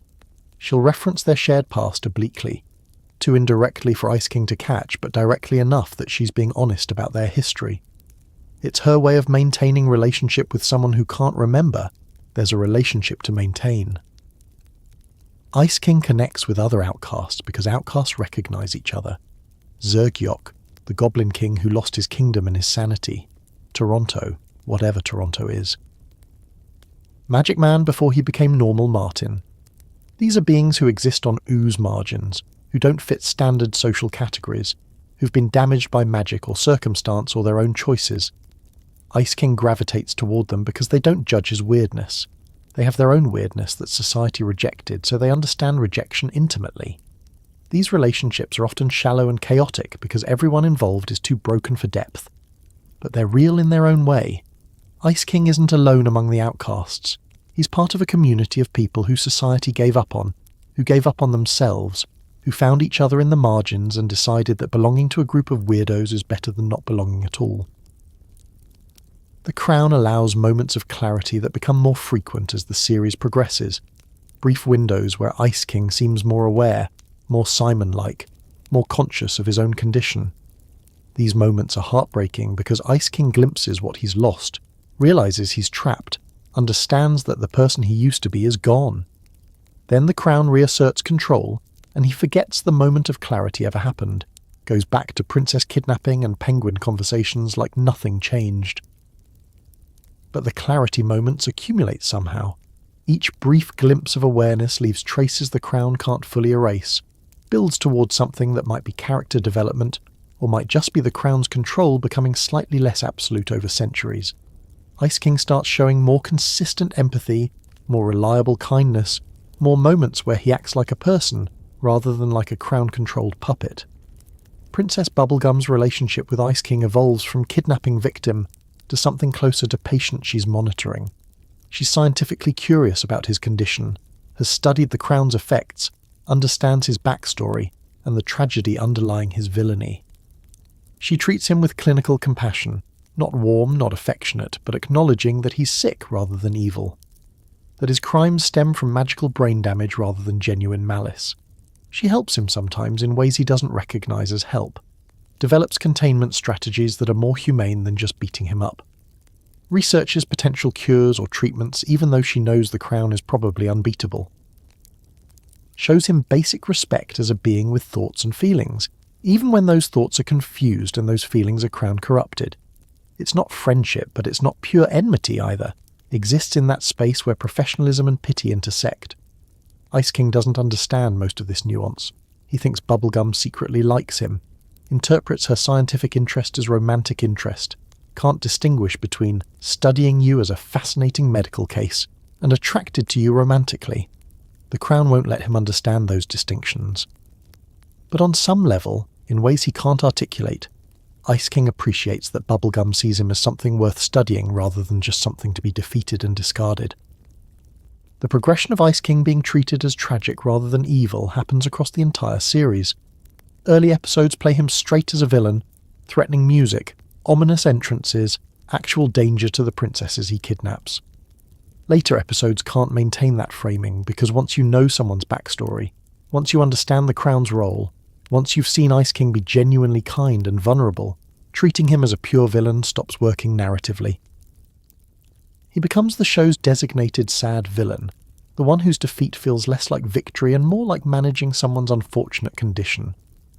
Finn still fights him, but with less enthusiasm, more resignation, the energy of someone handling a recurring problem rather than confronting evil. The show stops celebrating Ice King's defeats and starts making them feel vaguely tragic. Yes, he needed to be stopped, but stopping him just means he goes back to his empty castle and his penguins and his loneliness, and that's not really a win for anyone.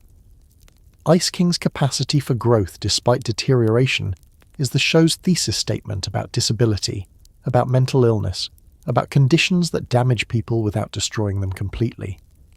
The Crown is eating Ice King's mind, but it can't eat his capacity to change, to learn, to form connections. He's worse at these things than normal people. His progress is slower, more inconsistent, more likely to backslide. But progress happens anyway because being damaged doesn't mean being static, being broken doesn't mean being incapable of growth. He learns to respect boundaries better, mostly. Still kidnaps princesses but does it less often, seems more confused about why he's doing it. Sometimes apologizes afterward in ways that suggest he knows it's wrong, even if the Crown won't let him stop. He learns to read social cues slightly better, recognizes when people are uncomfortable even if he can't quite adjust his behavior to address the discomfort. He learns that Finn and Jake are more likely to hang out if he's not being actively villainous, so he tries to time his villainy for when they're busy elsewhere. These are small victories, pathetically small compared to what Simon could have learned. But they're victories nonetheless. proof that Ice King is more than just the crown's vehicle.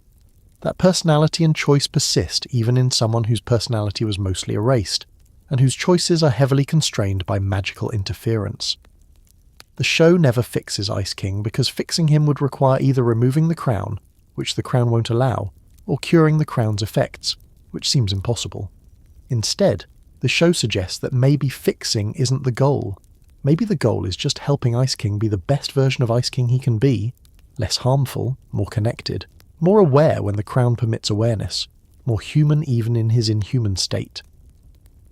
That's a radical statement about disability and mental illness, about accepting that some conditions don't have cures, but the people suffering them still deserve support and growth opportunities.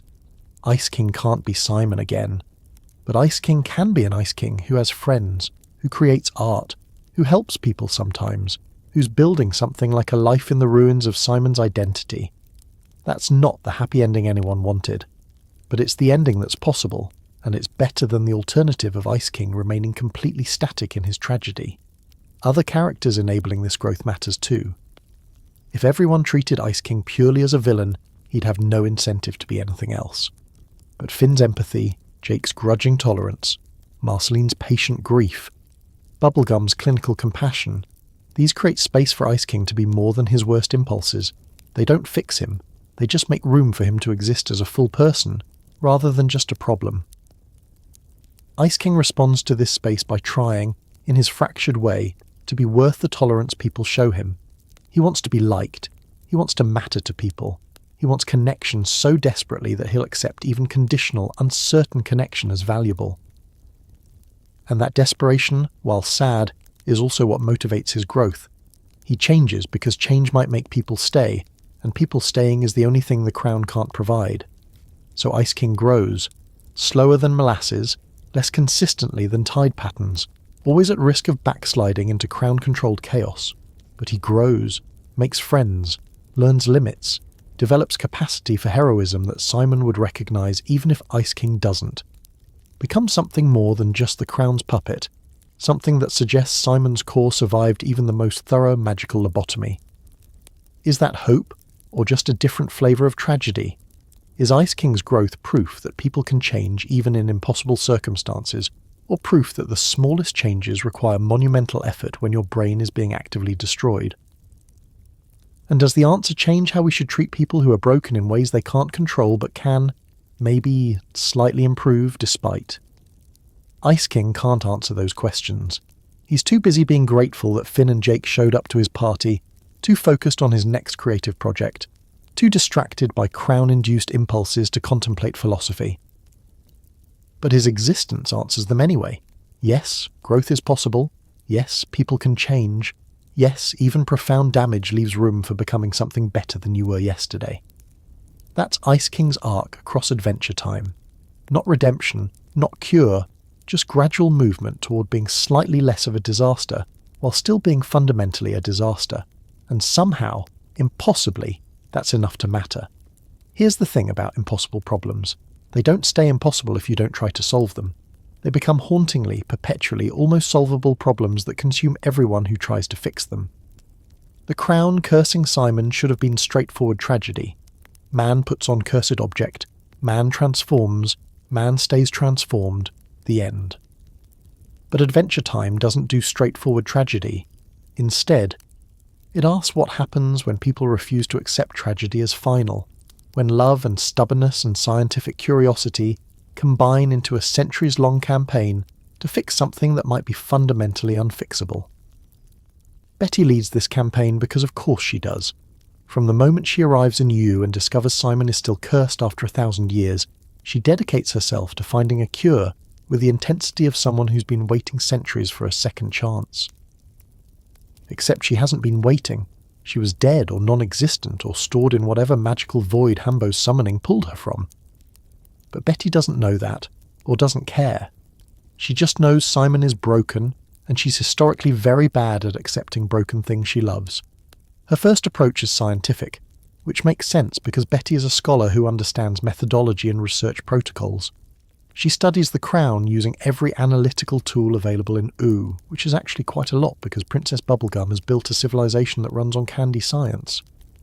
Betty examines the crown's magical signature, analyses its effects on Ice King's physiology, maps the neurological damage it's caused over centuries. She's looking for weak points, for exploitable patterns, for any angle that might suggest a reversal process. The data tells her what she doesn't want to hear. The crown isn't just attached to Ice King's body, it's integrated with it at the cellular level. His DNA has been rewritten to accommodate the crown's magic. His neural pathways have been restructured around the crown's presence. Removing the crown isn't like taking off a hat. It's like removing someone's skeleton while expecting them to stand up afterward. The crown is structural now, not accessory. Ice King's body needs it the same way it needs a heart or lungs.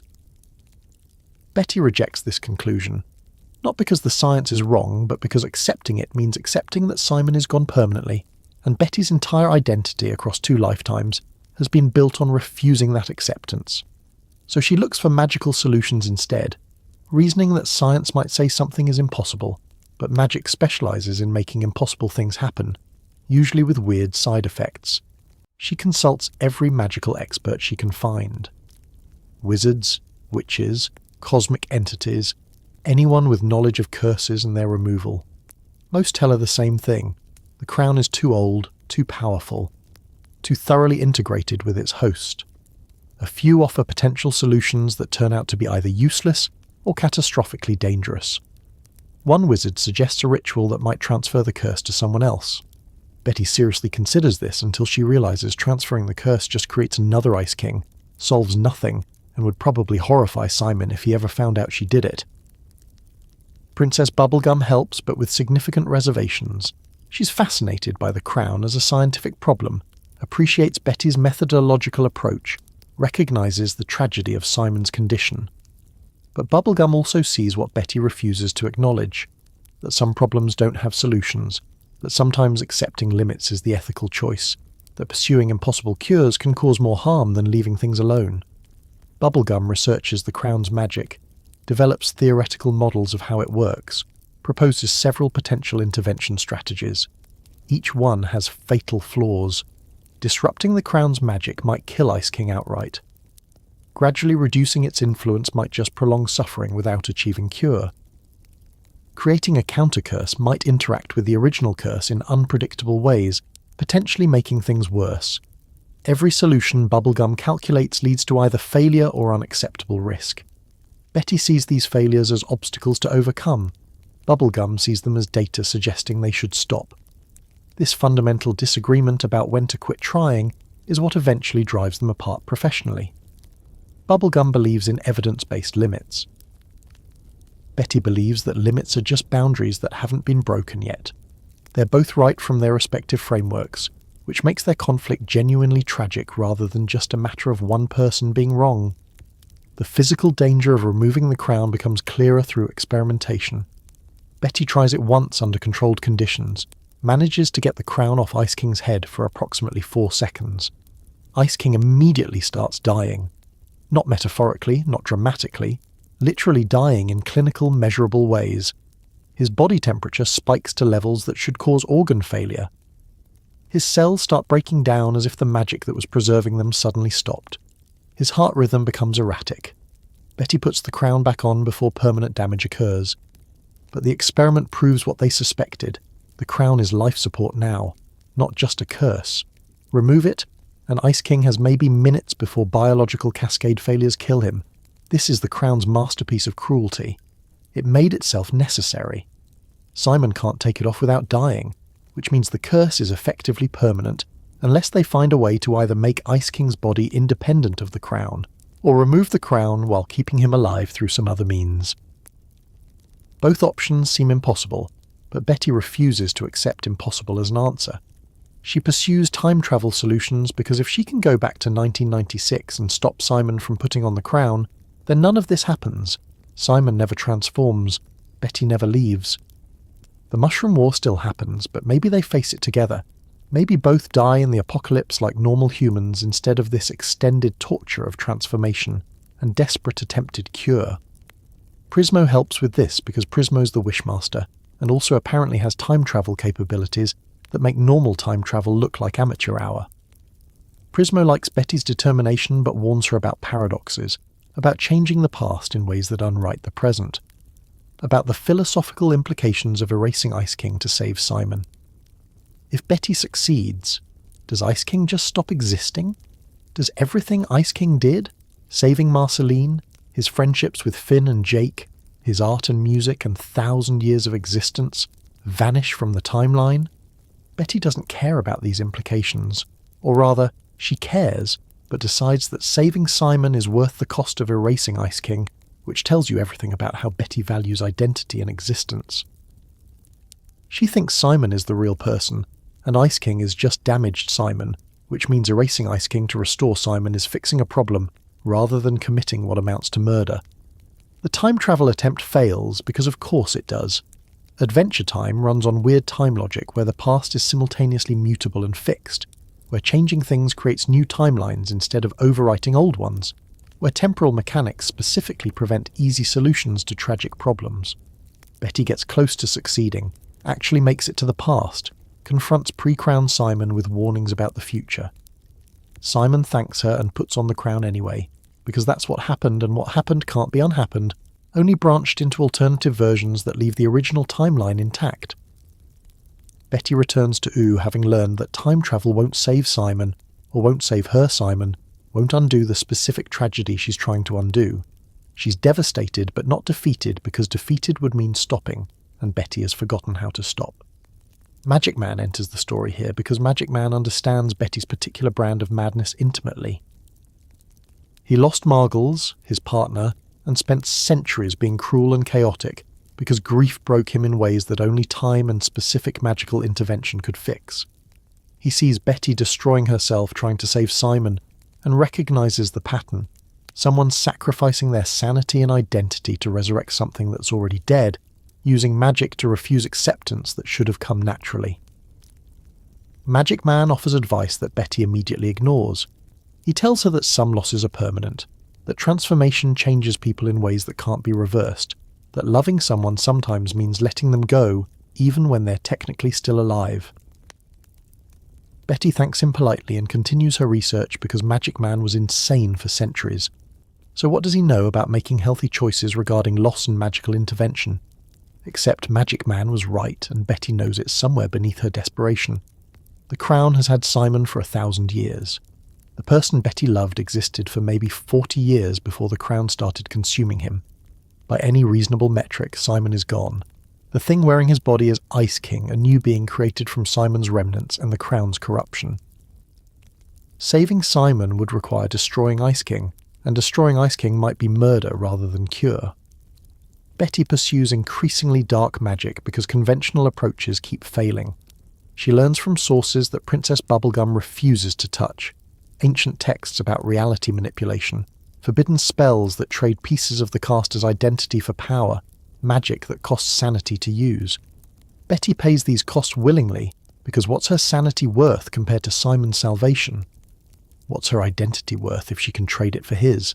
She becomes Magic Betty through this process, transforms herself in pursuit of transforming Simon back. The irony is so obvious it hurts. Betty is doing to herself exactly what the crown did to Simon, sacrificing her original identity to gain power she thinks will solve her problems. She's becoming the thing she's trying to destroy, losing herself to magic the same way Simon lost himself, proving that the crown's curse is contagious even without direct contact. Magic Betty is more powerful but less stable. She can manipulate reality in limited ways, can access magical dimensions that normal beings can't perceive, can perform feats that should be impossible. She's also clearly deteriorating, forgetting things, losing track of time, experiencing personality shifts that suggest the magic is eating her mind the same way the crown ate Simon's. She's aware of this deterioration. She accelerates her efforts because if the magic consumes her before she saves Simon, then both of them are lost and her sacrifice was meaningless. Ice King himself resists being cured in ways that are mostly unconscious, but occasionally deliberate. The crown doesn't want to be removed, obviously, and it controls enough of Ice King's behaviour to create resistance. But there are also moments where Ice King, in brief flashes of clarity, expresses doubt about whether becoming Simon again is actually desirable. He's been Ice King longer than he was Simon. He has memories, relationships, an identity built over centuries. Erasing all that to resurrect someone who died 1,000 years ago might not be the kindness Betty thinks it is. This creates ethical questions that nobody wants to address directly. Does Ice King have the right to refuse treatment if treatment means his death and someone else's resurrection? Is he competent to make that choice given his magical brain damage? Does Betty have the right to override his current wishes in favour of what Simon would have wanted back when Simon was capable of wanting anything? Adventure Time doesn't answer these questions cleanly. It presents them through character conflict and failed attempts, and Ice King's occasional coherent objections that get dismissed because he's not reliable enough to trust with major life decisions. The show suggests that maybe there aren't good answers, that maybe any choice in this situation involves trampling someone's autonomy, that maybe the Crown created a scenario where ethical action is impossible. Each failed attempt teaches them something about the Crown, but also about themselves. Betty learns that she'll sacrifice anything for Simon, which sounds romantic until you realise anything includes her sanity, her safety, and eventually her existence. Bubblegum learns that some problems resist solution no matter how much intelligence you apply, that science has limits even in magical worlds. Finn and Jake learn that helping people is sometimes about supporting them through unfixable problems rather than fixing the problems. Ice King learns, in his scattered way, that people care about him enough to try helping him. He doesn't fully understand what they're trying to help with. The Crown keeps that knowledge fragmented. But he recognises the effort, appreciates being treated as someone worth saving rather than just a problem to be managed. This matters to him more than he can articulate because being valued is what he's been missing for centuries. The growing consensus, the thing nobody wants to say but everyone gradually realises, is that Simon is gone. Not dead in any traditional sense, but gone in all the ways that matter. Ice King is what exists now. Ice King is who has relationships, who creates art, who has built a life across centuries. Bringing back Simon would mean ending Ice King, and ending Ice King would mean killing someone who's currently alive in favour of someone who died before the Mushroom War ended. Betty refuses this consensus. She's committed too much to back out now, sacrificed too much of herself to accept that her sacrifices were meaningless. She'll keep trying until either she succeeds or the magic she's using consumes her completely. There's no middle ground in Betty's philosophy, no space for acceptance or moving on. It's cure Simon or die trying, and she's genuinely okay with the dying part if it means trying until the very end. Marceline watches all this with weary recognition. She watched Simon destroy himself trying to protect her. Now she's watching Betty destroy herself trying to save Simon. The pattern repeats. People loving Simon enough to erase themselves. Love becoming indistinguishable from self-annihilation. Devotion that looks noble from one angle and suicidal from another. Marceline tries to warn Betty, but warning someone mid-spiral rarely works. Betty hears the concern, acknowledges the risk. Continues anyway because stopping would mean admitting that love has limits, and Betty's particular tragedy is that her love never learned to limit itself. The final failed attempt before the series finale involves reality-breaking magic that nearly succeeds. Betty gets the crown off, keeps Ice King alive through magical life support, starts the process of extracting the crown's influence from his biology. For a moment, brief, shining, impossible, it looks like it might work. Ice King's eyes flicker from blue to brown. His skin tone shifts towards something more human. He says Betty's name with recognition, with Simon's voice, with the clarity of someone who just remembered everything he forgot. Then the crown reasserts control. The magical life support fails. Ice King starts dying again, and Betty has to choose between letting him die, as almost Simon, or saving him as Ice King. She chooses Ice King because choosing death isn't actually an option she can live with. The crown goes back on. Ice King forgets the entire incident. And Betty understands, finally, that conventional approaches won't work. If she's going to save Simon, she'll need to do something unconventional, something desperate, something that costs more than she's already paid. That sets up the finale, but we'll get there. For now, what matters is understanding that the attempts to save Simon aren't just plot points. They're character studies in how people respond to unsolvable problems, examinations of where love and obsession intersect, meditations on the difference between helping someone and refusing to let them go. Every failed attempt proves that some transformations are irreversible. The crown is too thorough, too old, too integrated with Ice King's existence.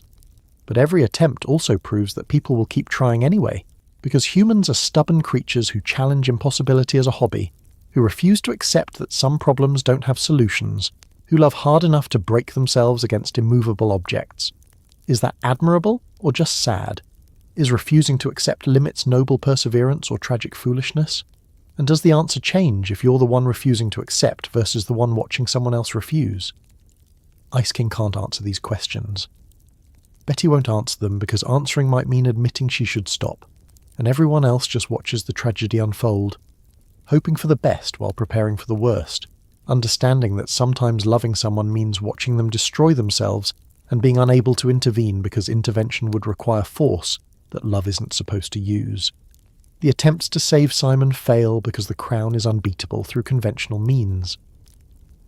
But they succeed in proving something more important, that Simon mattered enough for people to try impossible things, that his loss created ripples across centuries, that love persists even when the beloved is gone, and even when persistence becomes its own kind of curse. That's not the victory anyone wanted, but it's the victory that's possible, and sometimes possible victories are all we get. The end of the world comes to ooh on what should have been a nice day. The sky tears open, and through the tear comes Golb. Not a villain in any traditional sense, not something you can fight with swords or negotiate with or even really understand. Golb is chaos given form, the embodiment of entropy and discord, the cosmic force that unmakes things just by existing near them. Golb is what happens when the universe's delete button gains consciousness and decides to press itself, and Ice King is there, because of course he is. He's been there for everything else, might as well be there for the apocalypse round 2, except he doesn't understand it's the apocalypse. The crown has him so scattered that he thinks this might be a good opportunity to kidnap a princess, or maybe make a new friend, or possibly both if he gets really lucky. He's hovering on the edge of cosmic annihilation, completely oblivious to the stakes, which is very on brand for him.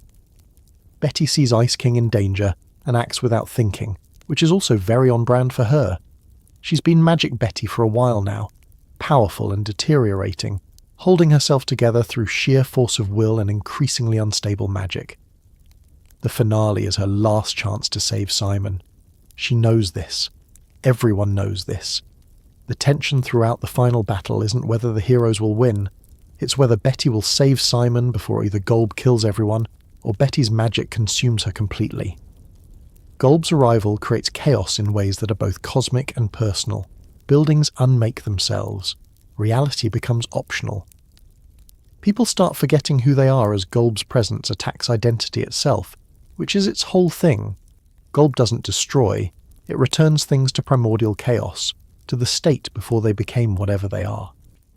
And the crown, being ancient magic from before recorded time, recognizes Golb immediately. The crown and Golb speak the same language, operate on the same frequency of primordial wrongness. Ice King's crown starts glowing brighter than it ever has. Not because Ice King is doing anything, he's still confused about why everyone's screaming, but because the crown is responding to Golb's presence, recognizing something older than itself, something powerful enough that the crown might actually be concerned. And in that moment of the crown being distracted, being focused on Golb instead of maintaining its control over Ice King, there's an opening. Betty sees the opening. She's been studying the crown for years, knows its patterns and weaknesses, understands that the only reason she hasn't removed it successfully is because the crown actively prevents removal. But if the crown is distracted, if its attention is elsewhere, if there's a single moment where its defenses drop, then maybe, just maybe, she can do what she's been trying to do for centuries across 2 lifetimes. But removing the crown isn't enough. They've established this. Ice King's body needs the crown to survive. Taking it off kills him within minutes unless there's something else providing life support, some other source of magic powerful enough to sustain a body that's been restructured around the crown's presence. Betty doesn't have that kind of magic. Nobody does. Except Golb does. Golb has infinite magic, the kind of power that can rewrite reality, that can unmake and remake in the same breath.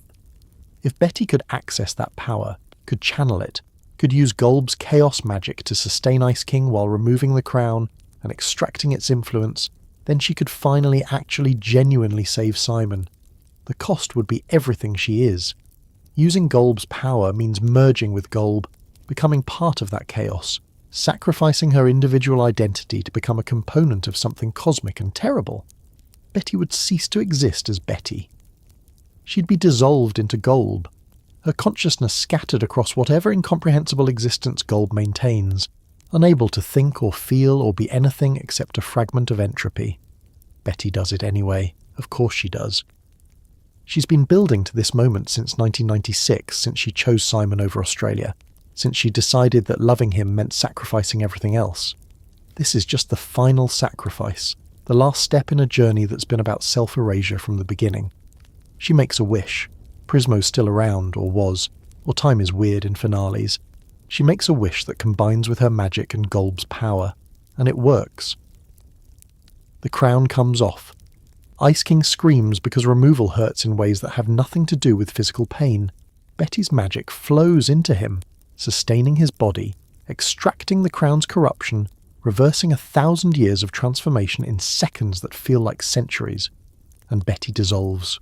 Not dies. Dissolution is different than death. Her body unmakes itself. Her consciousness fragments. She becomes part of Golb's chaotic essence, sacrifices her existence to power the magic that's saving Simon. Simon Petrikov opens his eyes. Actually opens them. Not the glowing blue crown-controlled eyes, but human brown eyes that see clearly for the first time in a millennium. His skin is human-coloured. His hair is still white but no longer magically animated. His body temperature is normal. The crown is on the ground next to him, inert, powerless, finally defeated. And his first word, his first conscious thought, as Simon rather than Ice King, is Betty's name. Because he remembers. The crown's influence is gone, and with it, all the suppressed memories flood back. He remembers Betty leaving, remembers the Mushroom War, remembers Marceline and the years of deterioration, and every moment of being Ice King that he was too confused to properly experience. He remembers everything, which means he understands exactly what just happened and exactly what it cost. Betty is gone. She saved him, and it erased her. Simon got what he wanted. He's himself again, human again, free of the crown's curse, and the price was losing the person who sacrificed everything to save him. It's the wish gone wrong story, except the wish technically worked exactly as intended. Simon is saved. Betty paid for his salvation with her existence. That was always going to be the cost. Betty knew and accepted it. Simon didn't get a choice. The celebration around Simon is muted because everyone understands what happened. Finn and Jake are relieved Simon's back, but horrified by how it happened. Marceline is crying, decades of grief finally releasing, but her tears are complicated. Relief and sorrow and guilt that she gets Simon back while Betty disappears. Princess Bubblegum is processing the magical implications of what Betty did. The sheer power required, the impossibility that somehow became possible through pure, desperate love. Simon stands there fully himself for the first time in 1,000 years, and he's destroyed. Not transformed destroyed like Ice King was. Emotionally destroyed, psychologically shattered, he's been given back his identity at the cost of the person who returned it. That's not a gift. That's a curse with better branding. He would have stayed Ice King forever if he'd known this was the cost. Betty didn't ask. She just acted. And now Simon has to live with that choice that he never got to make. The immediate aftermath is surreal. Ooh, wins against Golb, sort of. Golb retreats or gets temporarily banished, or the crisis resolves through some combination of magic and friendship and Adventure Time's signature. The power was inside us all along energy. The world is saved. Simon is cured. Everything should be happy. Nothing is happy. Simon looks around at Ooh and has no idea how to exist in it. He's from 1,000 years ago. The world he knew is dead. The people he knew are dead. His skills are obsolete. Who needs an expert in ancient antiquities when you're living in a post-apocalyptic fantasy world where ancient is relative and antiquities are just stuff from before? He doesn't have the crown's powers anymore.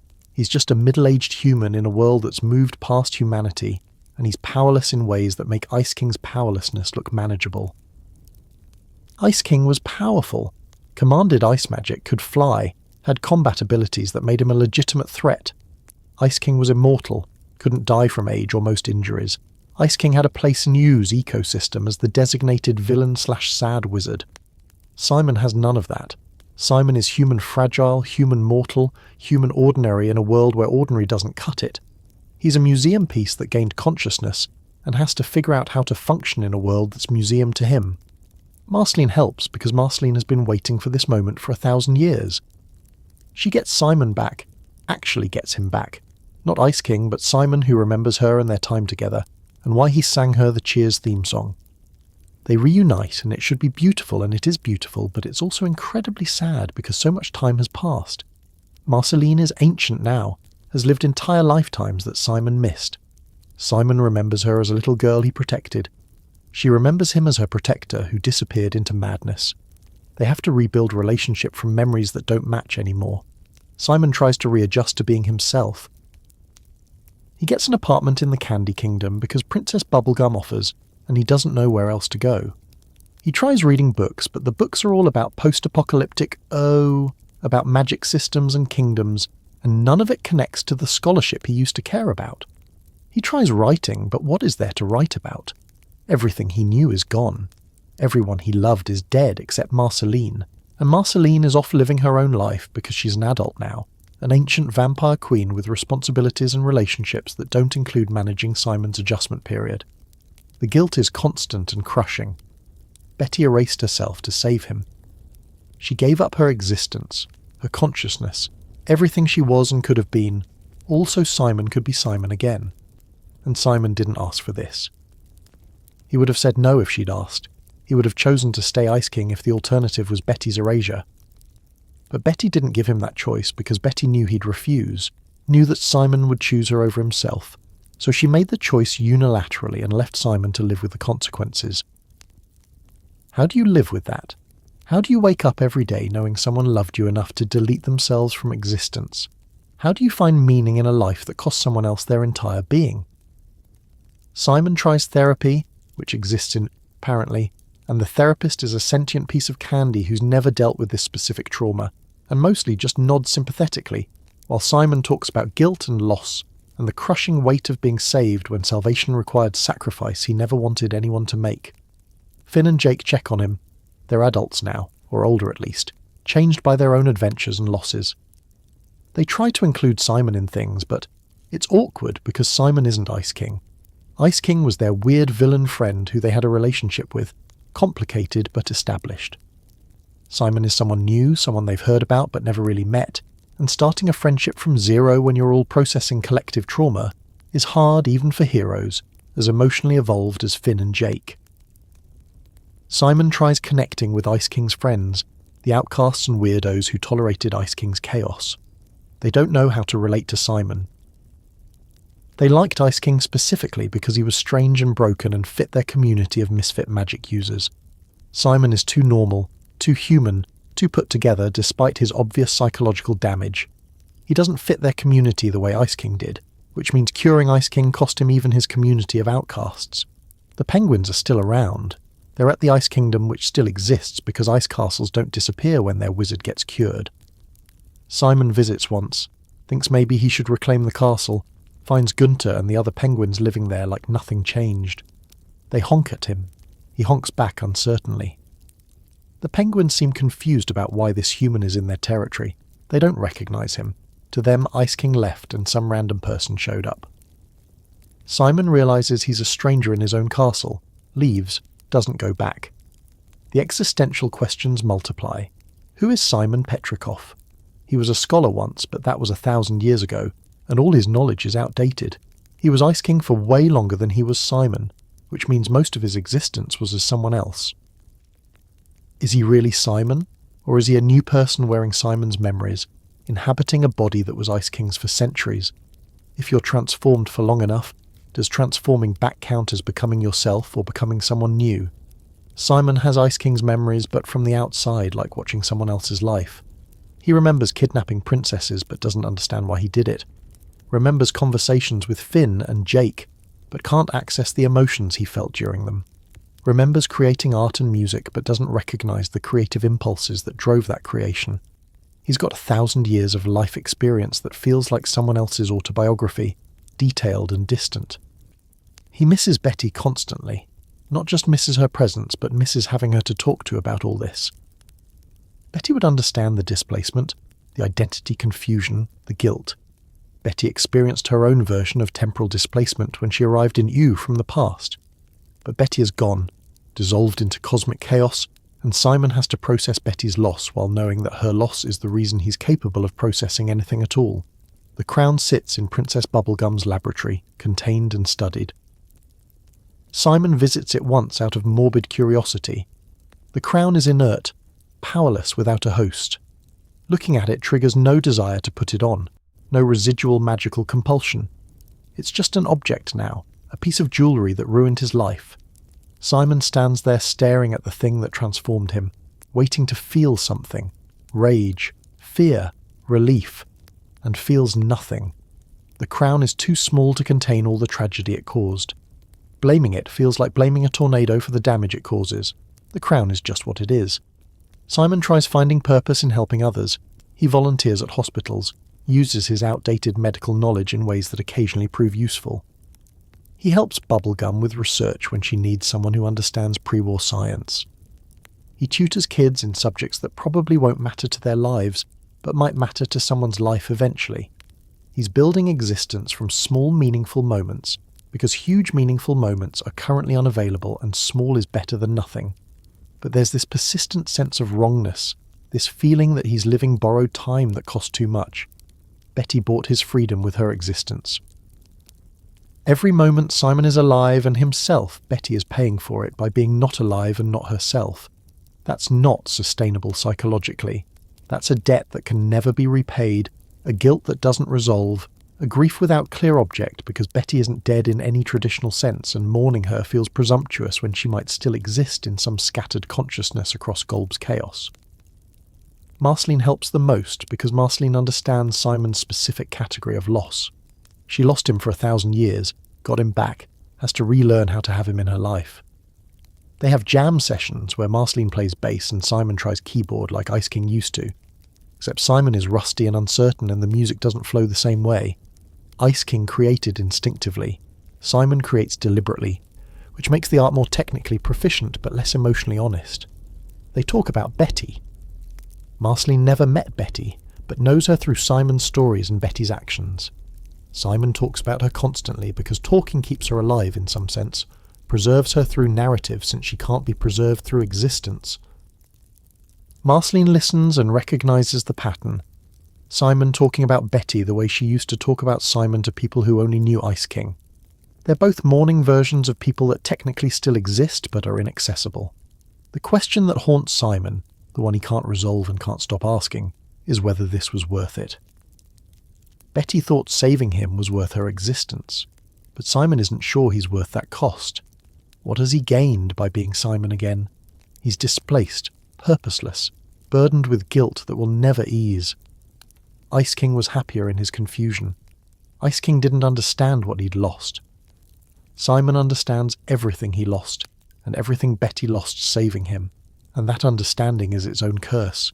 Is being aware better than being confused? Is having identity better than having happiness? Is Simon's restoration worth Betty's deletion? These aren't rhetorical questions. They're live problems that Simon confronts daily. An Adventure Time, true to form, doesn't provide clean answers. It just shows Simon living with the questions, building a life in their shadow, trying to make Betty's sacrifice mean something, even when meaning feels impossible to construct from these materials. The finale gives Simon what he wanted and shows that wanting the wrong things, or wanting the right things at the wrong cost, is its own tragedy. Betty spent 2 lifetimes trying to save Simon. She succeeded. Simon is saved. And the success feels hollow because the cost was everything Betty was, and Simon would trade himself back to Ice King if it meant getting Betty back. But that trade isn't available and never will be. So Simon lives. He builds routines. He makes tentative friendships. He helps where he can. He grieves constantly. He carries Betty with him in the only way available, through memory, through guilt, through the determination to make his continued existence worth what it cost her. That's not redemption. That's not healing. That's just survival with awareness, but which is sometimes the best anyone can manage when they're living in the aftermath of miracles that came true in the worst possible way. Ice King is gone, Simon is back, Betty is scattered across cosmic chaos, and the question remains, was this the happy ending anyone wanted? Or is this just a different configuration of tragedy, same pain in a new shape, proving that some curses don't break cleanly, and some wishes should never be granted? Simon can't answer. He's too busy living the answer, one guilty, grateful, complicated day at a time, in a world that saved him by destroying someone who loved him more than he ever loved himself. That's the finale's gift and curse. Resolution that resolves nothing, cure that creates new illness, ending that's really just a different kind of beginning in a story that proved that sometimes being saved is its own kind of damnation. And somewhere in Golb's chaos, Betty exists in some form, sacrificed to love, dissolved to devotion, proving that Adventure Time's deepest truth is that love doesn't conquer all. Sometimes love just trades one tragedy for another, and calling that a victory requires perspective that none of the survivors actually possess. Let's talk about why a children's cartoon about a magic dog and a kid with a sword decided that its most important story would be about a man who puts on a cursed crown and spends 1,000 years forgetting his own name. Because that's a weird choice when you think about it. Adventure Time could have kept Ice King as a simple villain, a goofy antagonist who kidnaps princesses and provides easy conflicts for the heroes to resolve. Instead, the show looked at this blue-skinned wizard and said, what if we made him the most devastating character study about identity and loss that animation has ever attempted? Ice King is Adventure Time's thesis statement about what the show is actually doing beneath all the candy kingdoms and mathematical references and random penguin honking. The show presents as pure absurdist comedy for children, complete with bright colours and silly voices and plots that make no logical sense. But underneath that presentation is a deeply sophisticated exploration of trauma, mental illness, identity dissolution, and the ways that love can destroy the people who feel it most intensely. Ice King is where those two levels of the show intersect most clearly. He's simultaneously the funniest and saddest character, often in the same scene, sometimes in the same moment. This dual nature is what makes Ice King work as character and metaphor. When he's kidnapping princesses, he's ridiculous. His plans are nonsense. His execution is incompetent. His defeat is inevitable and often slapstick. Children watching see a silly ice wizard who gets what's coming to him. But adults watching, adults who know his backstory, see Simon Petrikov's corrupted love playing out as farce, see a man whose brain has been so thoroughly rewritten that his deepest need, connection, belonging, being loved, manifests as criminal behaviour he can't understand or control. The crown as metaphor operates on multiple levels simultaneously, which is why it resonates so deeply with audiences who've experienced similar losses. On the most obvious level, the crown represents mental illness, specifically degenerative conditions like Alzheimer's or dementia, that slowly erase the person while leaving the body intact. Simon's gradual transformation, his memory loss, his personality changes, his inability to recognize people he loves, these mirror the progression of neurological diseases that steal people from their families long before their bodies stop functioning. But the crown is also about addiction. Simon puts it on voluntarily the first time. He knows it's dangerous but tries it anyway. Each subsequent use makes the next use easier to justify and harder to resist. The crown creates dependency. Simon needs it to survive eventually, his body restructured around its presence the way addicted bodies restructure around their substance. And like addiction, the crown isolates Simon, drives away everyone who cares about him, replaces his personality with compulsions he can't control.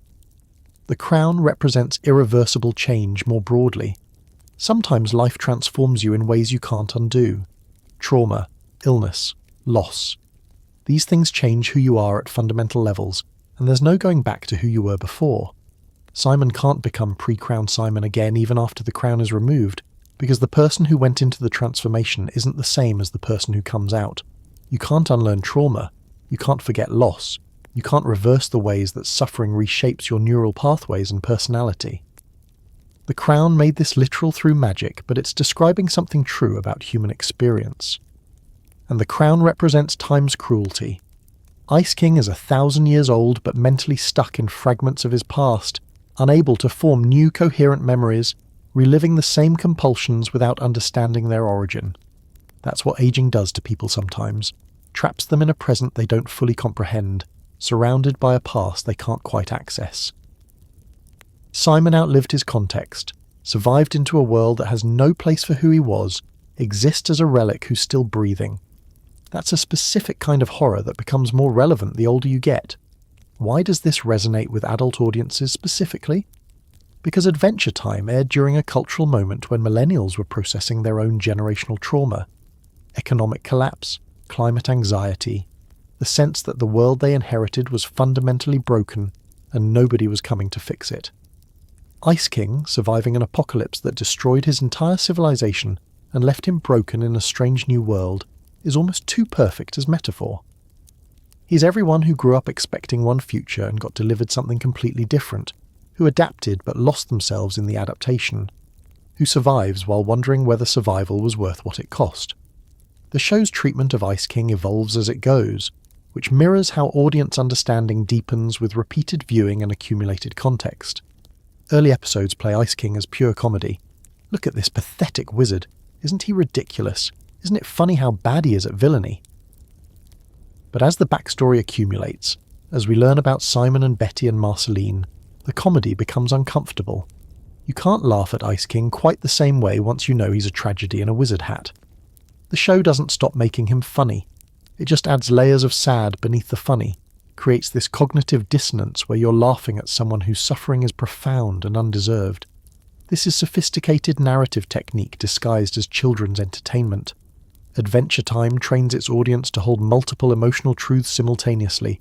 Ice King is ridiculous and heartbreaking, pathetic and sympathetic, guilty and innocent, alive and dead.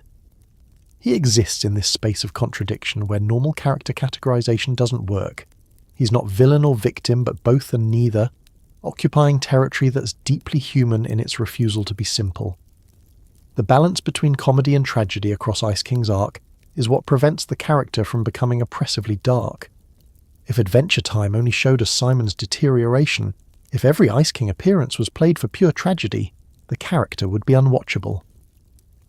Instead, the show lets Ice King be funny, lets him fail spectacularly, lets him do absurd things that have no tragic weight. This creates breathing room, moments where you can engage with Ice King without drowning in his backstory. And paradoxically, this makes the tragic moments hit harder because they're not constant.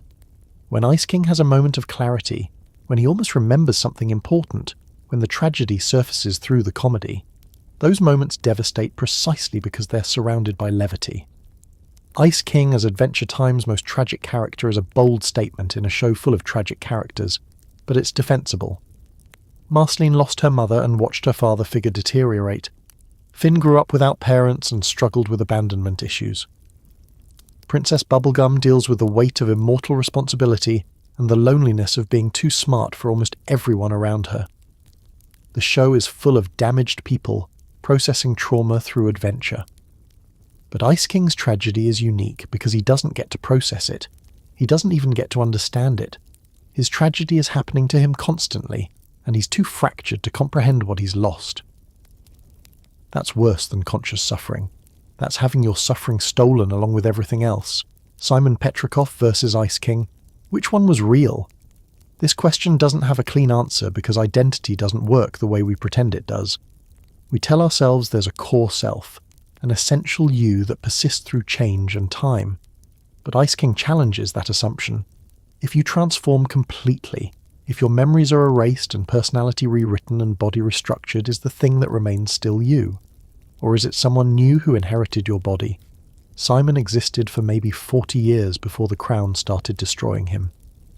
Ice King existed for over 1,000 years. By duration alone, Ice King is more real than Simon.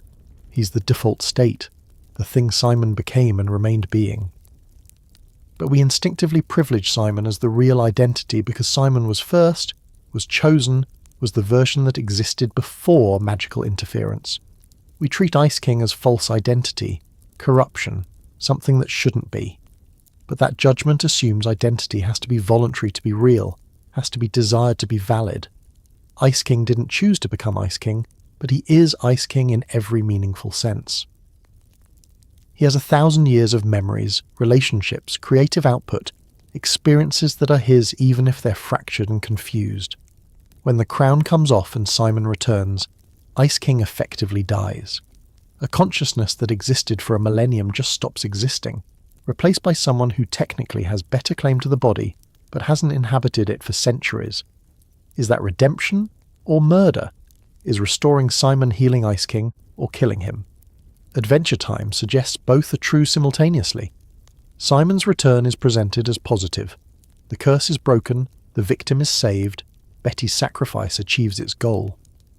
But the show also mourns Ice King's loss, acknowledges that something real and alive was ended to resurrect something that died long ago. Finn and Jake lose their weird friend. The penguins lose their confused caretaker. Ooh loses its designated sad wizard. These are real losses, not negated by Simon's restoration. The show's message about acceptance and change is nuanced in ways that children's programming rarely attempts. Adventure Time doesn't say, accept everything, or never change. It says that some changes are good, and some are bad, and some are both. And figuring out which is which requires wisdom that nobody fully possesses. Ice King needed to change. His princess kidnapping couldn't continue. His isolation was harmful. His condition caused suffering to himself and others. But the change that cures him requires Betty's sacrifice, requires Ice King's death, requires costs that make you question whether the cure is worse than the disease. The finale doesn't resolve this tension, just makes it explicit. Simon is back, which is what everyone wanted theoretically. But the reality is complicated, painful, bittersweet in ways that bittersweet barely covers. Simon gets his identity back and loses the person who restored it. He gets freedom from the curse and inherits crushing guilt. He gets awareness of who he is and discovers that who he is doesn't fit the world he's in. That's not a happy ending. That's just a different configuration of suffering, arguably worse because it's conscious. Why some curses can't be broken, only endured. This becomes the show's ultimate statement about Ice King's condition. For most of the series, characters try breaking the curse. They pursue cures, attempt interventions, refuse to accept that the crown is unbeatable, and their right to try. Trying matters even when success is impossible. But they're also wrong to believe that trying guarantees success, that love and determination and magical power can solve anything if applied correctly. Some problems don't have solutions, some transformations are irreversible, some losses are permanent. The crown proved unbeatable through conventional means because that's how some curses work. They're structural, woven into the fabric of what they curse, incapable of removal without destroying the thing they've cursed. Ice King could only be cured by effectively dying and having Simon resurrected in his place. That's not breaking the curse, that's replacing the cursed being with a different being who lacks the curse. The distinction matters philosophically even if the outcome looks similar. What Ice King represents about loss and adaptation is that survival doesn't always mean winning. Simon survived the Mushroom War, survived the crown's transformation, survived 1,000 years of being someone else. He adapted so completely to his cursed state that he forgot he was cursed, found happiness in the ruins of his identity. That's successful adaptation by any survival metric. It's also horrifying if you value identity and consciousness and the qualities that make humans human. Ice King proves you can lose everything and keep going, which is simultaneously hopeful and deeply depressing. The show treats this ambiguity with respect for its audience's intelligence. Adventure Time doesn't tell viewers how to feel about Ice King. It presents his situation from multiple angles, comedic, tragic, philosophical, surreal, and trusts the audience to hold all these perspectives simultaneously. Children watching get a funny ice wizard. Adults watching get an examination of identity, loss, mental illness, and the limits of love. Both readings are valid. Both are incomplete without the other. Ice King's legacy in Adventure Time's mythology extends beyond his individual story. He establishes that the show's universe is one where transformation is easy, and reversal is nearly impossible, where magic offers power but demands pieces of your soul as payment, where surviving isn't the same as winning. He proves that the show is willing to commit to tragedy, even in a fundamentally optimistic narrative, that Adventure Time believes children can handle complex emotional truth when it's presented with care and surrounded by enough levity to make it bearable. His relationship with other tragic characters creates a network of suffering that the show maps carefully. Ice King and Marceline share trauma about the Mushroom War and each other. Ice King and Magic Man share the experience of being broken by loss and love. Ice King and Betty share the trajectory of people destroyed by trying to save someone. Ice King and Princess Bubblegum share the burden of living far longer than bodies are meant to live.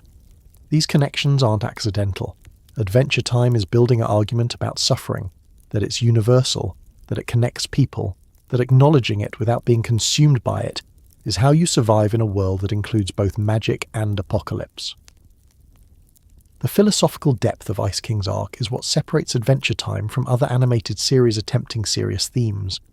Many shows try darkness. Steven Universe, Gravity Falls, Avatar all deal with trauma and loss and transformation.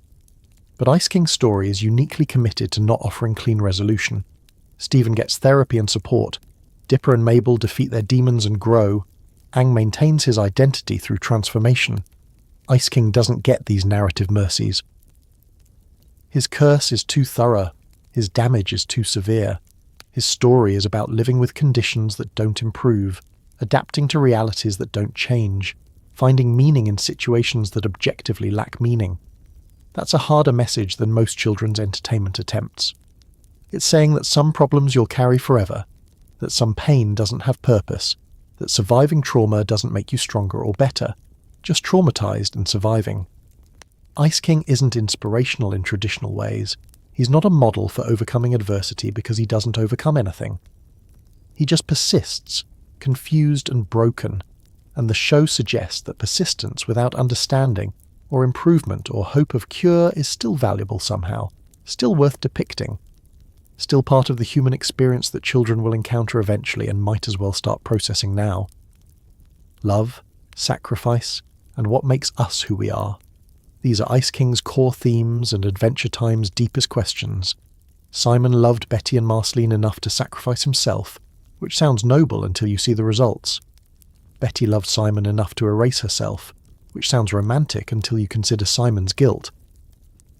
Marceline loved Simon enough to watch him disappear, which sounds tragic until you realise it gave her 1,000 years to prepare for his impossible return. Every love in Ice King's story is destructive, sacrificial, ultimately insufficient.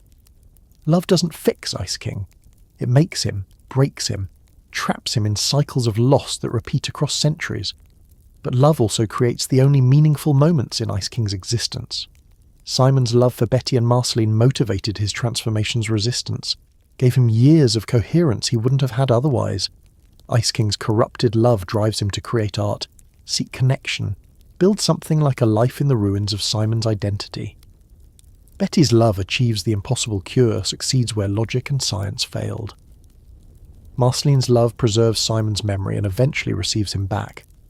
Love doesn't solve anything, but it matters anyway, creates meaning in situations that have no inherent meaning, proves that caring about people is its own reward even when the reward is pain.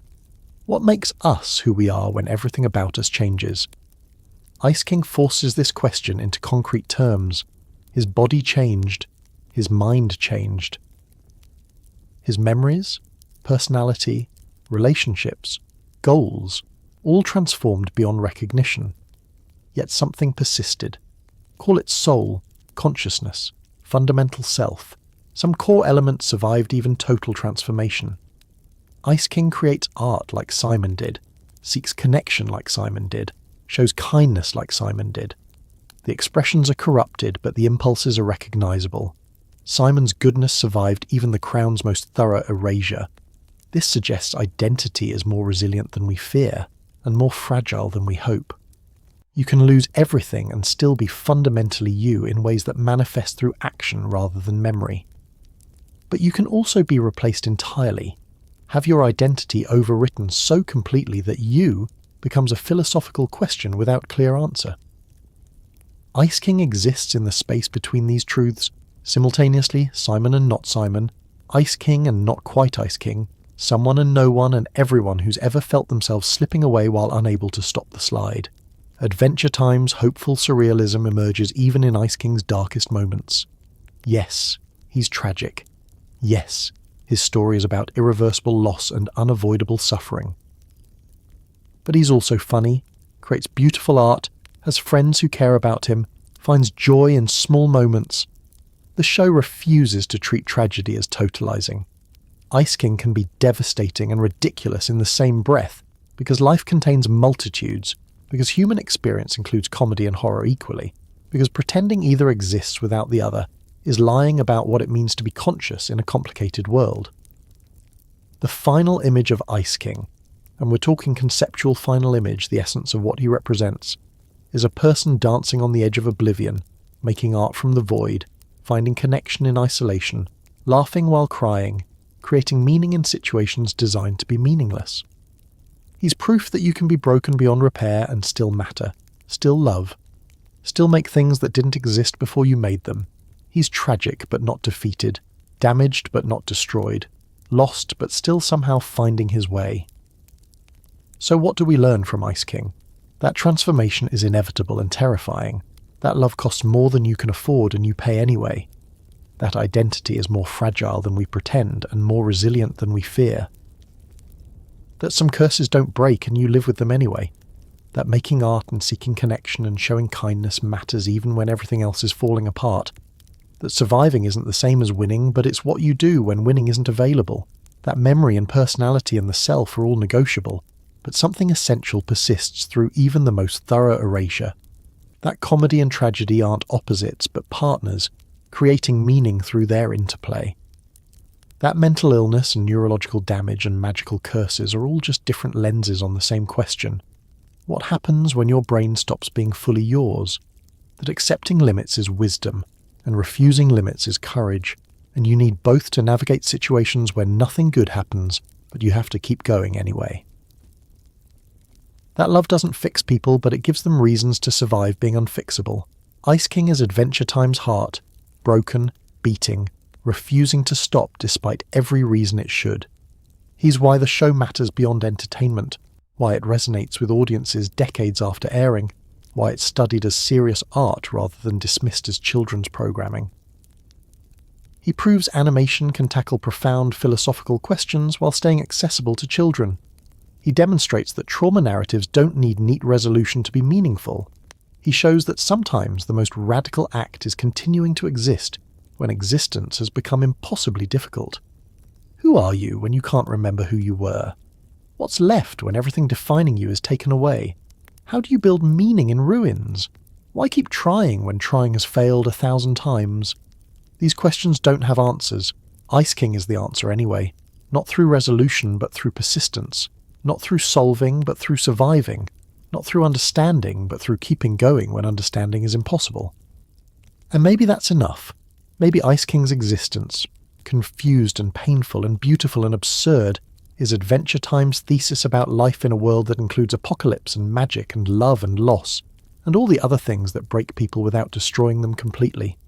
Maybe we're all Ice King sometimes, forgetting who we were, becoming someone else, searching for connection we can't quite articulate, making art from our damage, surviving because stopping isn't an option even when continuing makes no sense.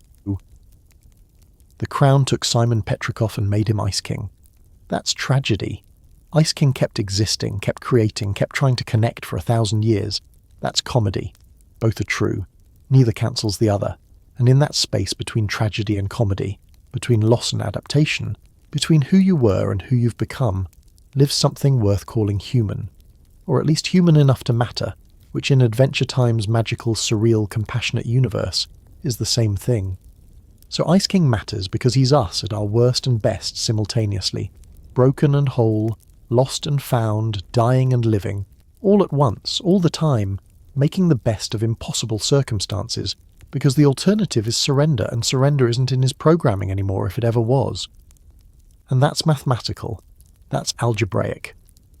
That's the kind of truth that a show about a boy and his dog in a land full of magic can tell better than any serious drama. Because seriousness is just one way of looking at things, and Adventure Time always knew there were infinite ways to see, infinite perspectives to hold, infinite truths existing simultaneously in the space between a penguin's honk and the weight of 1,000 years of forgetting your own name. Come along with me indeed. Ice King already did. He's been coming along with everyone, with himself, with his memories and his forgetting for a millennium. And he's still going, still creating, still trying, still Ice King and Simon and neither and both and everything that survives in the spaces between identity and transformation, and the question marks we become when life rewrites us without permission. That's legacy. That's meaning. That's why Ice King matters. Not because his story has a happy ending. It doesn't, not really. But because his story is true in ways that matter more than happiness. True in ways that help us understand our own transformations, our own losses, our own journeys through identity's dissolution and reconstruction. Ice King is Adventure Time's gift to anyone who's ever felt themselves slipping away. He's proof that you can slip completely and still be something, still matter, still deserve love and friendship and the effort people make trying to save you even when saving is impossible. He's the answer we need even when it's not the answer we wanted. And somewhere, in some timeline, Simon and Ice King and Betty and everyone who loved them are all having soup together, remembering and forgetting in equal measure, laughing and crying at the same time, being okay with not being okay, because okay isn't always the goal. Sometimes the goal is just existing for one more day, making one more thing, trying one more time, and if you do that enough times, if you persist through enough impossibility, maybe you don't win but you don't lose either. Maybe you just become Ice King, a tragedy and a triumph, a warning and an inspiration, a joke and a devastation, everything at once and somehow still dancing. What time is it? Adventure time. And somewhere in that adventure, in the space between all the magic and the apocalypse and the love that destroys and creates in equal measure, Ice King is still out there, still trying, still mattering, still proving that broken things can be beautiful and survival doesn't require happiness, and sometimes the best you can do is enough, even when enough doesn't feel like much at all. That's the complete law of Ice King, that's why he matters, that's what he means. And that meaning is enough to fill a crown, a curse, 1,000 years, and 3 hours of video about a character who started as a joke and became the most important statement Adventure Time ever made about what it means to be human in a world that specializes in taking our humanity away. Mathematical.